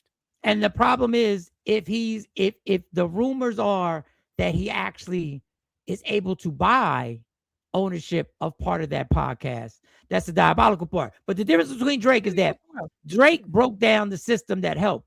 50 is still in with the system that's helping. So he's still in the mix of people. Mano, Fabulous, Dave East, who I admire, all them dudes aren't important enough for the system to have a kickback on 50. So 50 they're not relying on the system. They're relying on the people. They you are say something different. That's not where their power comes from. That's the critical problem right here. People are not understanding where their real power lies. Mano knows where his power lies. Davies knows where his base is. That's why they haven't done certain songs and signed certain contracts. They're well aware of where their strength is. They're with the people. 50's like, I'm with the machine. But once you start to get independence, the machine doesn't get as much from you. But what we're talking about is two different things. So we're on two. What I'm saying is, even if he lost, even if this doesn't go well for him, he already lost. He's not going to outball Fabulous. But in the big picture, it's not going to affect them. Even like the Rick Ross thing. A lot of people could say Rick Ross stood up to him and won. Didn't affect him. Didn't affect his money. Didn't affect his money. And at the end of the day, Invincible unfortunately, Bully 50 died that day. Now Kendrick, Invincible Bully 50. We remember that guy too. Like Tyson, we remember Ja Rule 50, who can make a song and end your career. But Doc, he actually got stronger. He's actually gotten stronger financially, business-wise. Yeah. No, he's actually even had not on these streets. No. Nobody care about 50 on these streets like that. The streets are invisible. Of the streets that we used to talk about ain't the same no more. The streets are now his cultural effect with the powers and the whole franchise of power and all those franchises. His power has now become even stronger. No pun intended. So that doesn't affect it. The people are even the people are manipulated by the packaging. Right? If what you said was true, he wouldn't have no need to respond. Oh no, he's going to respond. He knows what I'm talking about. Wait, but he knows what I'm talking about. He knows exactly what I'm talking about when I say these streets. And he wants that, or he wouldn't respond. But the fact of the matter, he's going to respond because this goes with the brand. So this is fun. bigger than the brand, Mike. This is 50 Cent we're talking about now. He wants this. He does not want to not be respected in these streets. He doesn't want to be losing battle. There's still a big part of him that's still South Side. Yes, and he knows he can do that, and it won't affect the bottom line. He knows he can spar, and this is not going to affect the masses. Most people, but he can do personal pleasure because he can go back and forth with them, and it doesn't affect anything because he knows the masses aren't familiar with Mano, Fabulous, Davies, and Jim Jones. So he can play. I can play you one on one. We weren't familiar with 50 Cent until Jay-Z said the line. No, you want to play that game and think history can't repeat itself. Okay. But you people know. Wait, Doc, you gotta let me finish. You gotta let me finish. I know you about to say something. Okay. You gotta let me finish. Comparing that and comparing now, I can be an NBA player and get smoked at Rucker Park back in the day, and people would be like, "Oh, he got smoked." But once I get back in the NBA, everybody, even the Rucker Park people, are gonna forget about it. They're gonna be like, "He's still nice." There'll be a legend that he got done dirty here.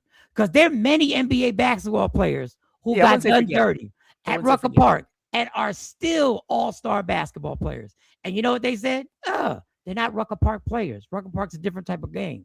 So my point in saying is this is not going to affect anything. It's going to be fun for us. No it's going to be. I'll put that on record. It's not going to affect the bottom line. No. The way we view him. Nobody. He lost to Rick Ross, and power and everything is still culturally supreme in this culture. Yeah, it didn't change. The shows that he created. You didn't say the show's lost. You said no. And the reason why Stars took it was because of 50's name, and 50 proved.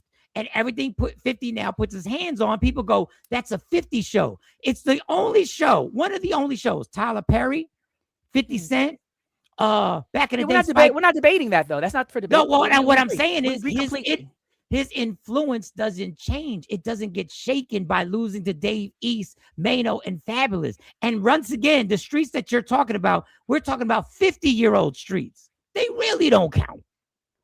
They really don't count. Because the kids who don't know you, but from directing the shows, like Ice Cube, and people say, "Oh, you used to be a rapper." There's kids that didn't know Ice Cube and Will Smith rapped. Mm-hmm. So it's not the 50-year-old streets. These young niggas might only know you as a show nigga. Look, I'll give you Snoop Dogg, for example. I'm still fuming over it. And guess what? Nothing.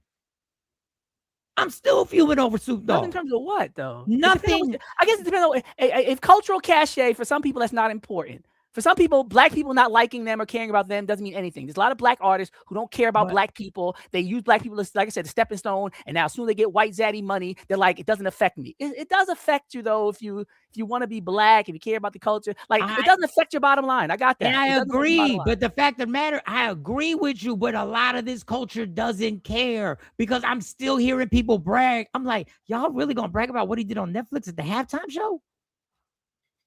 Y'all really going to give him kudos for that? I guess it depends on who you care about. And I'm with you. I'm saying, that's not my world. My world ain't to please the white people and make them money, and that means I'm not affected. My world is if you didn't care, you wouldn't respond. You do care, and you're gonna respond because you care. And that's he does. He does care. And if you thought it couldn't affect you in any way, you probably wouldn't respond. But it can affect you in certain ways. Well, yeah. Well, we'll move on from that. And I'll give you a little inspiration, y'all. I'll give you a little inspiration. There's a little story. I researched this dude. It's a little story. If you're down, if you've caught some L's in life, which I think everybody in here has caught some L's in life, and you've caught them back to back. Sometimes you're like, what have I done wrong to catch this, to get out of rehab and get fired from your job? Well, this guy, Chris Rockets, white boy, was giving a little story. I just want to give you a little inspiration. So I'm on tour with Soulja Boy, and we're going across the world. And I'm his cameraman. We're supposed to go to the airport for the Jimmy Kimmel show, but nobody sent me the itineraries. So I just go to the airport myself, thinking I'm gonna run into everybody, but nobody's answering my phone calls. After about 4 hours pass, I realize, I think I'm fired. I get back on the MARTA bus, confused, and I go back to my mom's house, and I say to her, I think I'm fired. And she got sad. And I said, Ma, don't be sad. She's like, why? I'm the lowest paid person on the team. I am treated like shit. I said, this is a winning streak. She said, what do you mean? I said, I'm about to be the highest paid person on the team. I'm going to be a manager. And she kind of giggled. I signed a girl group. I said, I'm going to get you a record deal. I called up Interscope Records, and in 24 hours, I had them a record deal. Next thing you know, we're in Washington, D.C. We're going to the airport, and they won't even like talk to me. They wouldn't even go through the same line in TSA as me. And I'm back in the airport, and I have this feeling like, I think I'm fired. It's like, why does this keep happening to me? And then I realized, if I find the win in this, I won't play this loop of anger, hurt, scorn, bitterness, because that is a loop of not getting my dream. The greatest lesson of my life was through these two scenarios of being fired. I took that failure and I turned it into my rocket fuel. I became a millionaire, and we signed 2 chains and built one of the biggest management firms in our industry. We won a Grammy, and we're making over $15 million a year. I then went on to become a Nike athlete, won an Emmy, and now I'm living the life of my dreams. The second you find the win in a loss, like 2 L's equals a W. Lesson learned. It's a win. I think. So I'm sorry about the technical difficulties with it pausing, but 2 L's equals a W, lesson learned. And just for anybody going through something, which we're all going through something. Everybody's going through some personal trials and tribulations right now. Just understand, if you can learn through that and look deep into it, there is a W on the way. Somebody, Kevin French made a comment. Nick is not being exposed. Y'all just mad. A little white boy exposed a bunch of bums. I guess that's what you made. Listen, that's y'all. Maybe not. Ready? Boom. Okay. Okay. Nick's a great guy, I guess. Maybe. I don't know. What do you want me to say? Obviously, you didn't hear my whole point of playing it. My whole point of playing the video was, if you're going to expose, understand, let people know what your family's been involved with. Let people know what trips you took to Israel. Let people know what they can use against you. That's all I'm saying.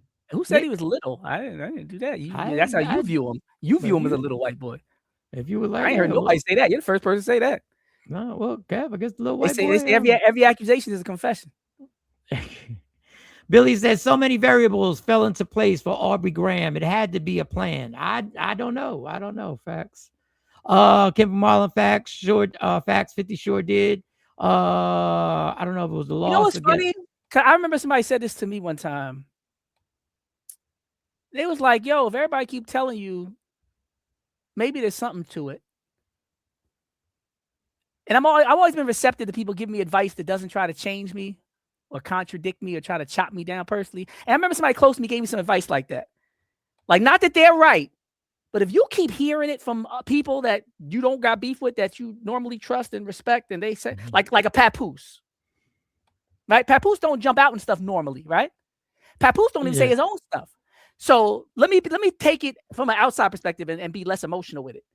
If somebody like Papoose chimes in, just sit with it for a minute, because he don't never say nothing. So your son's wrong, your baby mom's wrong, the label's wrong, the Murder Inc. is wrong. What are you wrong about, bro? Did you ever take an L? Did you ever mess up? Like, at some point, maybe it's not even people coming at you. Maybe it's your brothers just pulling your collar and being like, yo, that one move you just did, the timing on that joint, I don't know. That's it. Even people like me that give you credit about the quality and even apologize for prejudging it, could still say the timing on that joint, though, I don't know, dog. Like, just at some point, just hear people. Maybe that's what I want 50 to do. Just hear people, 50. Because if everybody's saying it, and it's people that usually don't say anything about anybody, and it's not messy people who are always in stuff, it's people like Papoose that are grown men that keep things to themselves, that never jump on the internet for clout in 30 years. Maybe, just maybe, 50, your timing might have possibly been a little better. Maybe. Could it be as simple as that? And we don't even got to have a whole battle and try to destroy careers and buy people out. Maybe we could just look in the mirror for a minute and be like, maybe. I still did it. I still stand on it, and I still did great.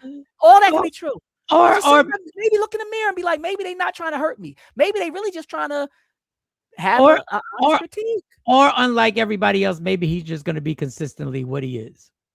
And maybe and listen, I'm not saying it's We right all or know wrong. people like that. We all know people. And if I can't tell him how he's been and his mindset hasn't worked, I can't tell him that. And that's the biggest danger. That's what's got people. Same thing with Drake. Him and Drake is right there. You can't tell Drake not to be Drake because being Drake is what got him to be Drake.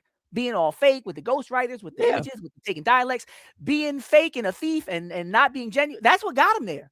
So now that he's at this view, no pun intended, how you gonna tell him come down here with us and be like us? Like you said, these niggas don't sell records like me today. But I do want to say this. I just want the same energy if this hot seat happens to be Jay-Z sitting in it.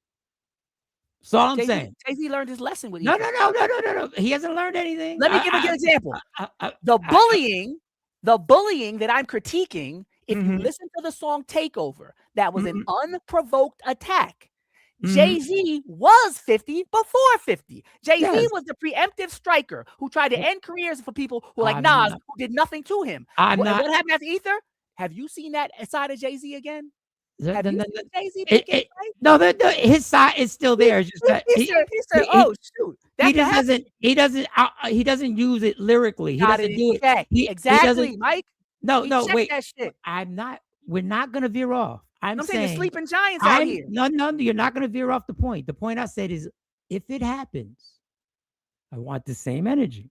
If he unprovoked attack somebody? No, it's not unprovoked. This wasn't unprovoked. When Jay-Z is mentioned, Jay-Z said something. Indirectly, Jay-Z has always said something. If you bring me up, I will ruin your career. That's what Jay-Z does behind the scenes. When you mess with me, if I feel that you cross the line, I will go back door and I will make sure. No, that's 20 years ago. I don't hear that.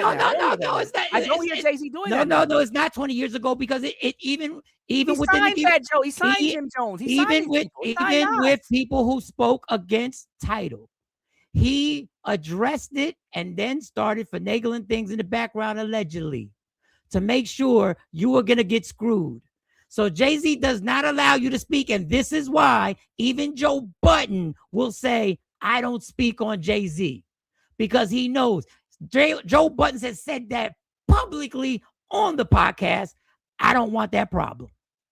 So the bully mentality is all over. You do not become a billionaire and not be a bully 24 hours a day. 50, Mike. They spoke on his damn documentary. And guess what? If you speak on Jay-Z's documentary, Jay-Z will get at you. You just won't end your career for that. This is what I mean. His art. This is what I mean. You are in denial because Jay-Z literally got on stage and went at people in a freestyle for people critiquing his dealings with Tidal and all that. He went on stage and turned that music off and rapped.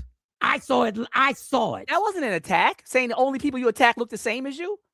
But he mentioned it, and then when people spoke up business-wise around Tidal, he made sure that life got very dark for them. Who? Business-wise. I don't know this story. I don't know. Nikki. I repeat. According to Nicki. According to Nicki, Jay-Z and Beyonce are the devil. According to Nicki Minaj. No. I don't know. It was about her comments about Tidal. I'm not going with her as a source right now. And that's when Jay-Z was like, "Oh, this is what Jay-Z does." You gotta give me one. This is what Jay-Z does. Jay-Z says, "I'm gonna help you. I'm gonna help you take her spot, but don't mention me. I'm gonna help you take her spot. Don't worry about that's it. What do you mean? That's just business. Somebody else is against me. I promote an artist. That's not attacking people. That's not saying I'm gonna buy your building. That's not saying you owe money to people. That's worse than buying your building. That's taking your career.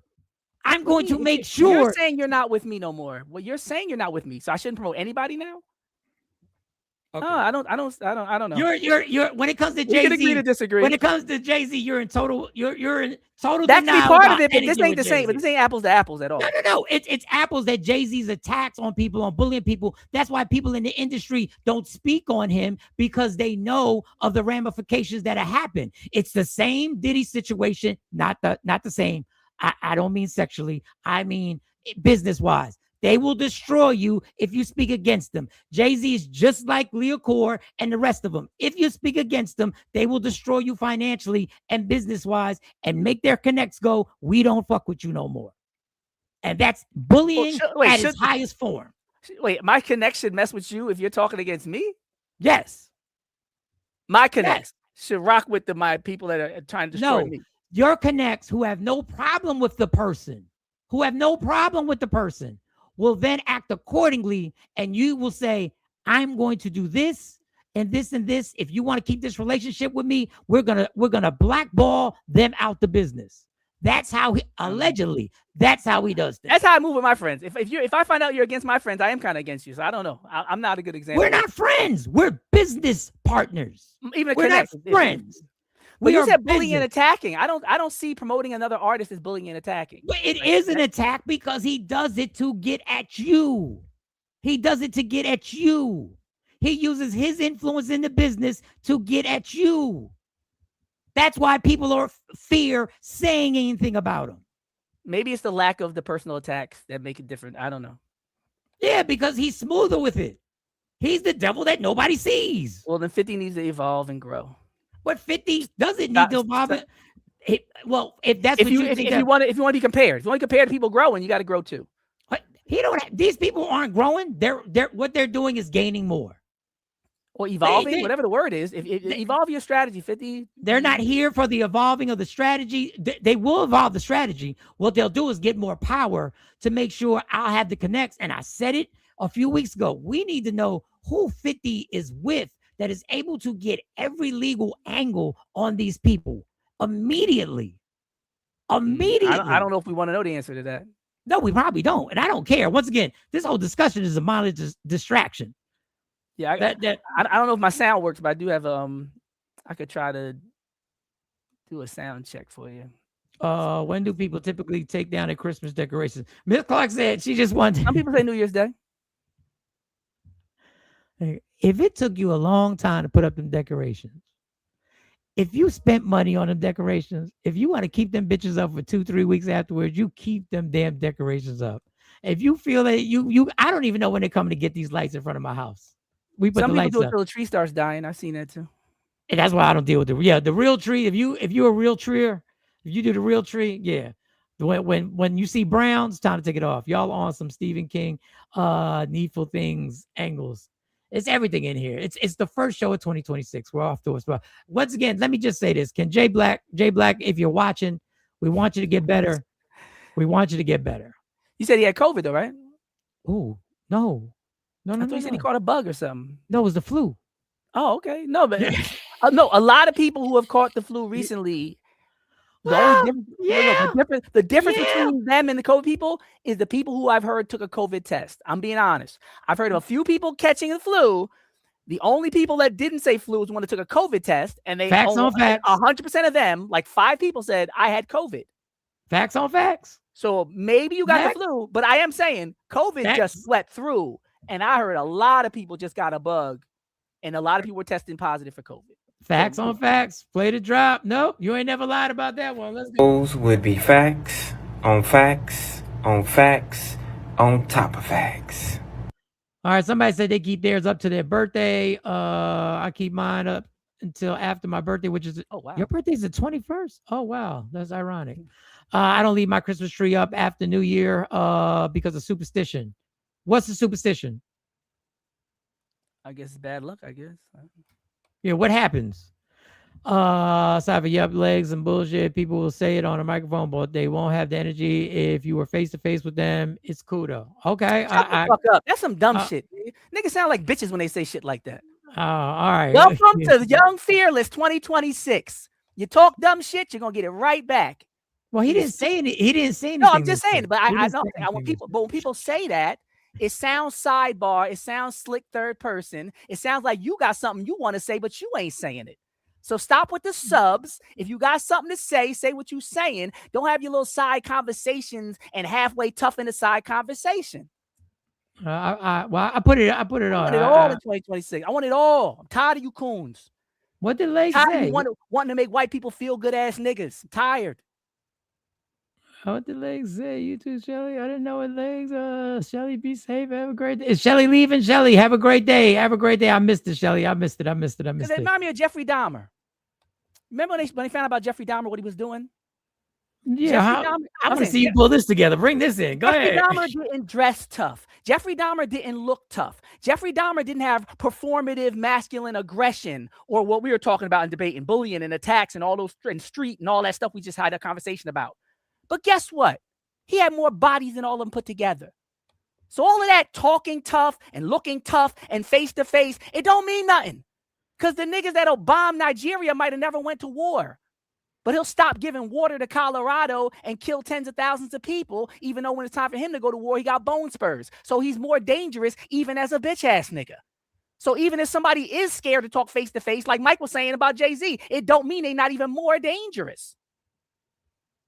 So the whole conversation about, say it to my face, all that fifth grade shit that y'all talking is stupid. Because you know what? The people that are the most dangerous won't say it to your face. They'll just do it to you. And now it's time for a hip hop break. Yes, here we go, y'all. Oh,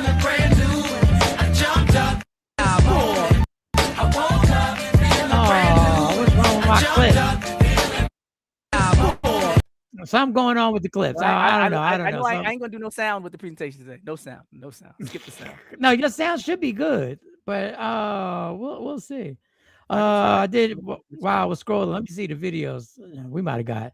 They might be giving us problems because we played a bunch of stuff. Hey, good old fashioned. Just in case you forgot, we played it last week. I just wanted to. This is the clip that Doctor referenced.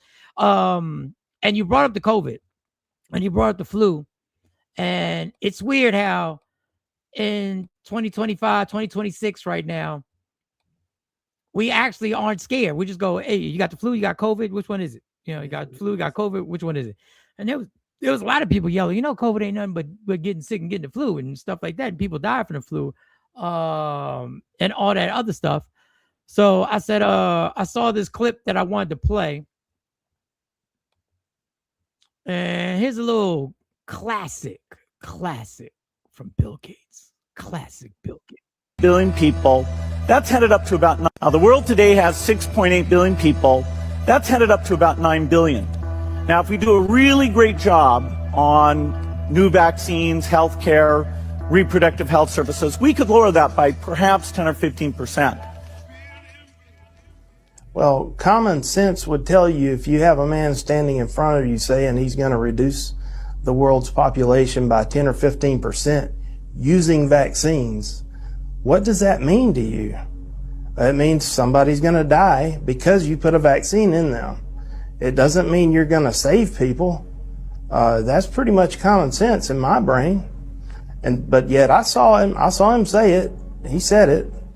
And here we are. I don't know. Here we are. Now, the interesting thing about this, what time is it? What time is time? Oh, damn, it's 8:48. All right, then I just want to say the interesting thing. I know he said the vaccines, but the thing that struck me, Doc, is the other thing he said to use to bring down billion population. People.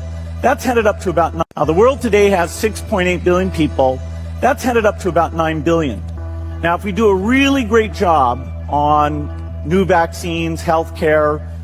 What does he mean, healthcare? Abortions and stuff. Or lack of healthcare? Taking healthcare away from people also? Like a family planning. That's how they say it. Planned Parenthood. That's what they got their phrases.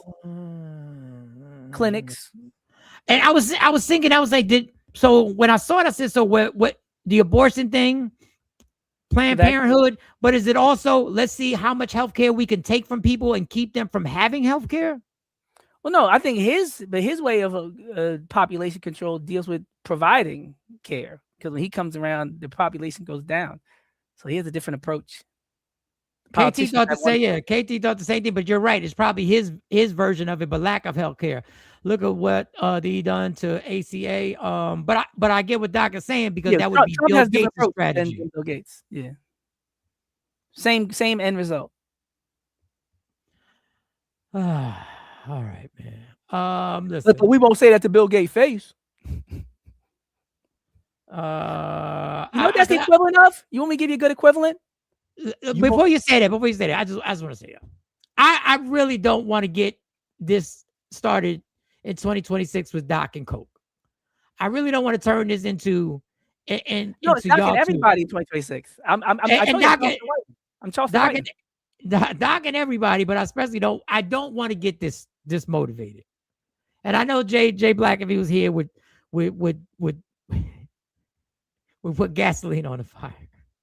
No, I got you gasoline, because the equivalent of that is hearing somebody say, "You wouldn't act like that without your gun and your badge." So I don't and want they look at that like. Oh, let me read this comment. You're the one calling people niggas. Yes, all every day. other word, but Every other word. we're the coons. Now I'm done. So I don't want to get this personalized into a back and forth. If we have a time where you guys want to talk to each other, I don't ever want this to get into when I see you. I don't ever want that to go. It's not that. I don't ever want. I don't on either side. I'm talking on either side. I don't ever want it to get to that. Nobody's on that. Nobody's ever gonna be on that. I understand there's a disagreement in philosophies and disagreement on points and stuff like that. I don't want to put that energy out here, Coke.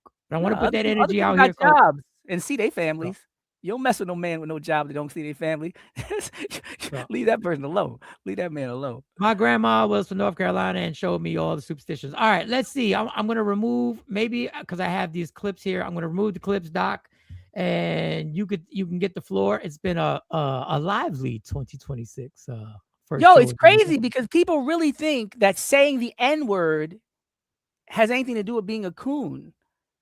More than having like a white wife and being white people and supporting white supremacy and systems like that. Those are things that are coonish. It's not like the words you say, it's the things you do, the institutions you take part in, the disparities and inequities that you support. Because a lot of people have perfect speech while they destroy Black communities. They got collars on at the pulpit. They in the White House. They're talking very proper, but they're doing very destructive things to the community.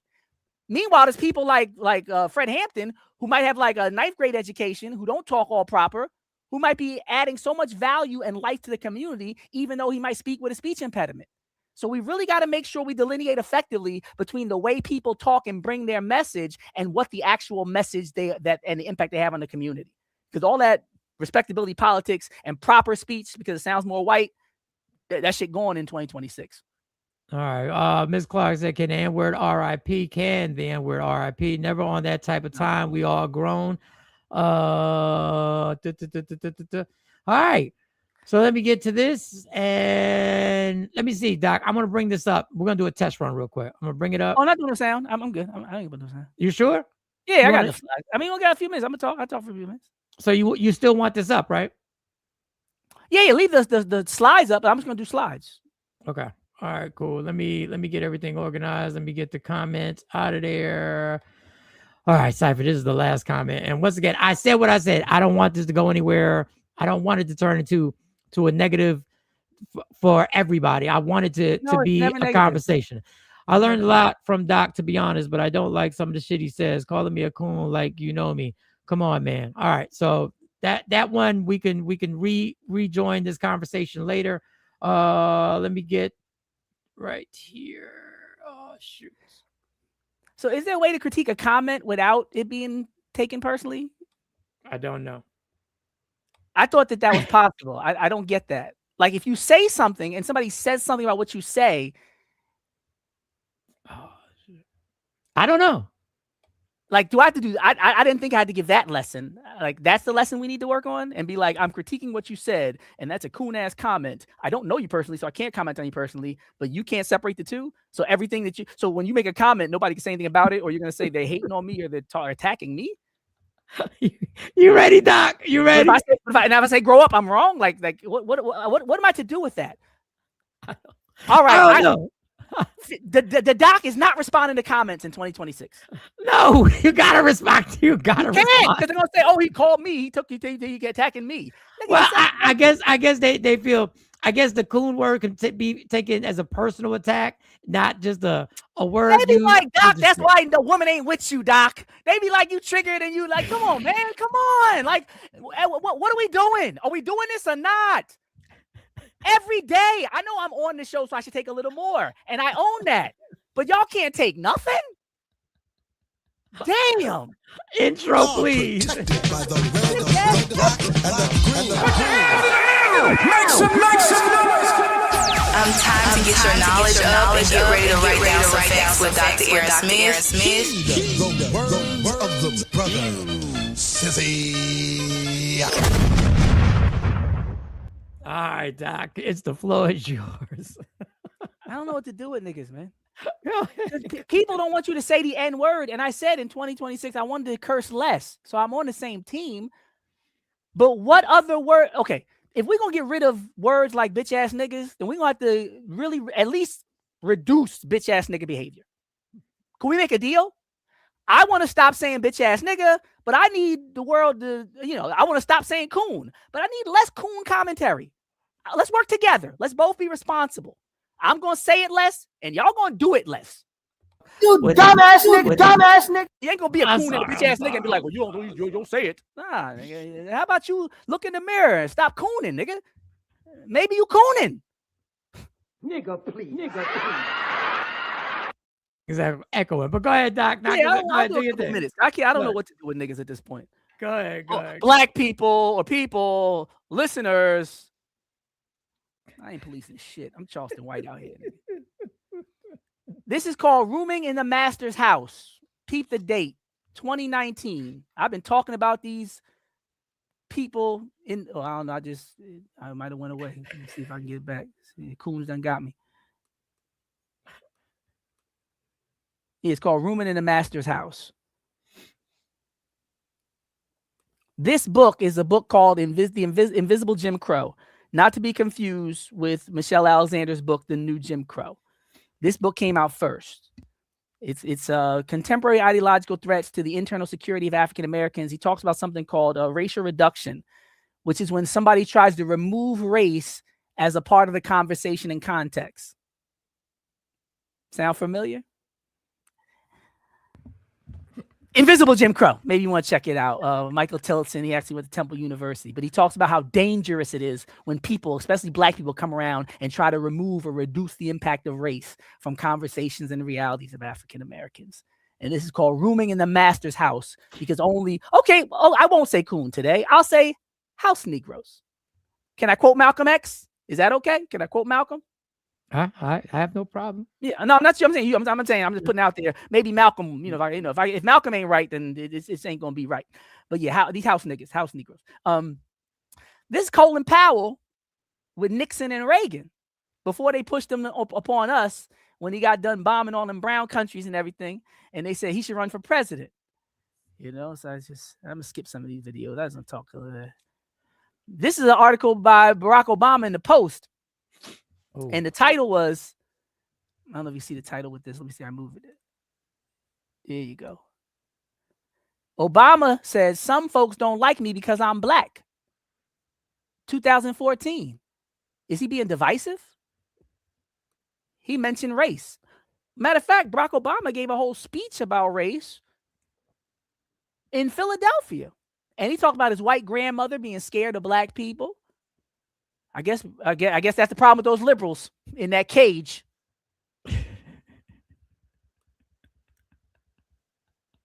But we got people like this, these Republicans, right?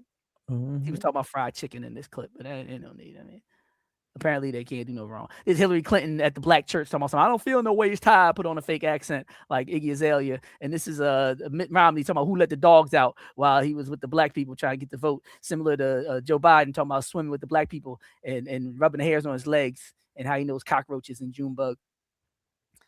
But they ain't a sunken place. I just want y'all to know I've been talking like this since well before 2019. I've been dealing with y'all house Negroes professionally since well back then. I know what you're going to say. I know race isn't important. I know you predominantly have white girlfriends and wives and work for white institutions, support white supremacy, and don't notice the racial impacts of anything, especially when it comes to the past and things like slavery. I know your whole MO and how you get down. And the first thing you want to do is talk personal because you can't deal with the facts on the ground. And you're never going to come here and say redlining didn't happen. They didn't bury these towns underwater. They didn't bomb these places, whether it's Philadelphia or Tulsa. You're not going to say that convict leasing didn't occur for almost 100 years. You're not going to say that chattel slavery didn't happen for 260 years. You're not going to say that redlining still doesn't have impacts in terms of the wealth disparities today, in terms of property ownership. You're not going to say that 300,000 to 500,000 black people, mainly women, didn't just lose their job. You're not going to say that these data processing plants that people like Elon Musk are making in places like Memphis and all these other places where black people aren't a form of ecological racism, environmental racism. You're not going to say nothing about chemtrails or bombing Nigeria and how they're trying to take over the Sahel states and have us a spot and a base in that region right next door to Burkina Faso and all these places that have been trying to be more independent and self-determined. You shout out to Ibrahim Traore. You're going to keep acting like Trump cares about black Christians in Nigeria in the same way that Trump cares. But those aren't bigger issues. Those aren't bigger issues than word to Charleston White talking to Cam Newton, my delivery. You worried about my delivery? You not worried about the man who's raping 13-year-old girls potentially? The number one order and only order of business ain't him. It ain't the fact we just gave Israel $8 billion unilaterally, bipartisan, even though we all talked all that talk about AIPAC for the past 4 months. It's not the fact that they just still murdered over 200-something journalists, like Dave Chappelle said, and even in the past, since the ceasefire, done killed another 300 to 400-something people. That's not the order of the day. That's not the most important thing. The fact that people lose their jobs and their livelihood speaking truth to power every day, and people in our tradition have been maimed and killed and castrated, had their feet cut off, been lynched, and been shot in front of their believers at a podium at the Audubon Ballroom, and been shot through the neck at the Lorraine Motel. Like the person that speaks truth to power, we should critique the way he does it. That's more important than having one among us that's willing to risk it all and rise up on our behalf and speak truth to the same devils that done killed all our predecessors and ancestors.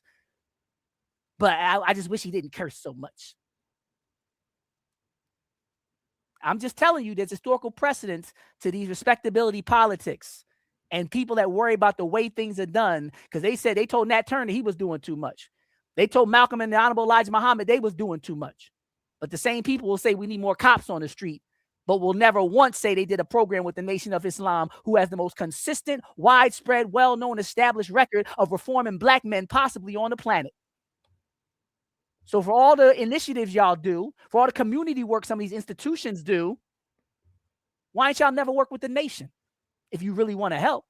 Oh, because he divide people. He talked this way. I thought it was about results. I thought it was about saving people's lives and helping the community. Y'all ain't even mentioned the minister. Y'all let the minister get banned off social media while these kids are talking about drilling, and you got 13 and 12-year-olds twerking online for grown men on OnlyFans.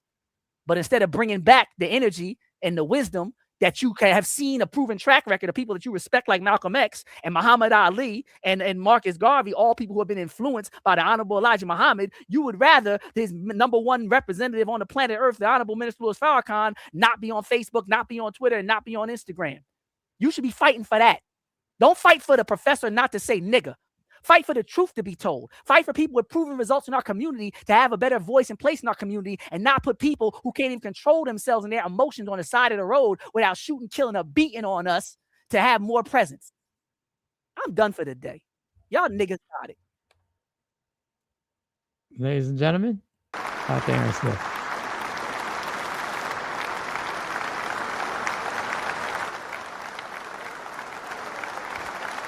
Worry about the way I talk. That's the number one problem in Black America right now. Forced sterilizations, they bombing us, they stealing all the gold, the culture. They still got slavery in place. I showed you people in holes with their children strapped to their back, going 500 yards down into the ground to build the planes and the trains and get the mic out the ground, and you worry about the way I say it? This is why Aaron Magruder made that episode of the Boondocks with Martin Luther King coming back, talking to y'all niggas. And they say, why don't nobody want to be a black leader? Why don't nobody want to be a black leader? Why don't nobody stand up and die for us again so we don't even support their families and just buy a t-shirt? All right. Well, when you see my makeover, when you see me looking like it's 20 or 1995, and they're going to be like, does Felix have a grill in his mouth? What is he doing?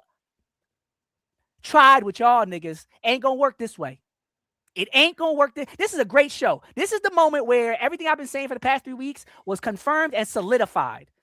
Just like Charleston White, go into the town halls, go into the community events, petitioning the politicians, the guy that they said Boosie paid to kill the people, the little kid, trying to get them out of jail. None of that worked. He started talking a little crazy with the same message wrapped in, sprinkled in a little bit, and it got all throughout the world. So guess what? You know what? I'm going to go somewhere where I can say it the way I need to say it to get it across. But I'm going to say it. And I'm going to say it the way it makes the most impact. Because my goal ain't to be politically correct and loved by white people.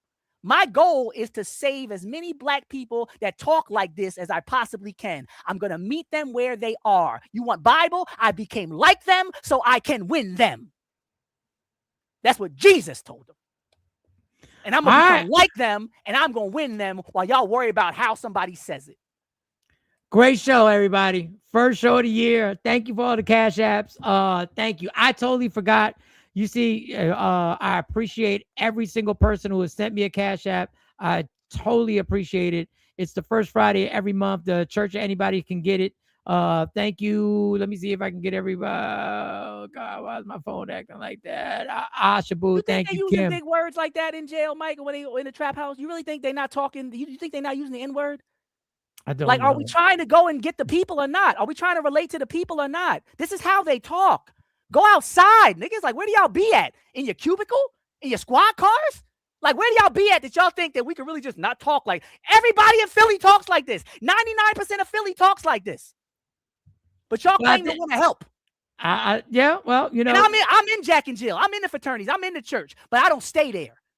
I know a lot of people that's in Jack and Jill that think if they just act like us and wear quarter zips and matchas, no, we got to go and meet them where they are. We're the ones that got to come down. It's not their responsibility to somehow be more conscious than they've ever been possibly exposed and able to be. So I'm glad you got a good job. I'm glad you're retired. I'm glad you got rank. I'm glad you speak so well. But if you're going to help these niggas that's trapped in this cycle of drilling and twerking and violence and drugs and galaxy gas and all the little poppers they doing and vaping and sex and broken families, if you're going to do all that, you're going to reach them and talk to them, then you're going to have to figure out a way to curate your message so it reaches the masses. All right. Last minute cash apps. If you want to send me that dollar, send it to me right now. It's right there. $ M showing 0902. It's going to be a magnificent 2026. It is a Friday. I want y'all to enjoy every minute of your weekend. I want y'all safe. I want y'all back here. I appreciate each and every one of you for rocking out with us. Last minute, the doors. I'm about to open the doors. in a few seconds so y'all can get on. Not yet. Now keep them doors closed. Yeah, keep them closed for a little bit. All right. In closing, love me for who I am, not who you want me to be, because I can never be that. Understand there's only one thing in life that's guaranteed. It will end. So enjoy every minute, every second. You fight for everything in your life. Fight for your happiness. Never let anyone, anything, or any circumstance take it from you. From Michael Sean, Jay Black, Sexy Mo, Amani, Kamari, C. Chung, Dr. Aaron Smith, and the entire Takeover Legend community. Also, Lady Q, Woke Up Inspired. Make sure if you want that merch, them hoodies, them t-shirts, whatever you need, holla at her and Jay Black, and you got it. We are gone. Go on now. Michael Sean and the Takeover Legend, where the truth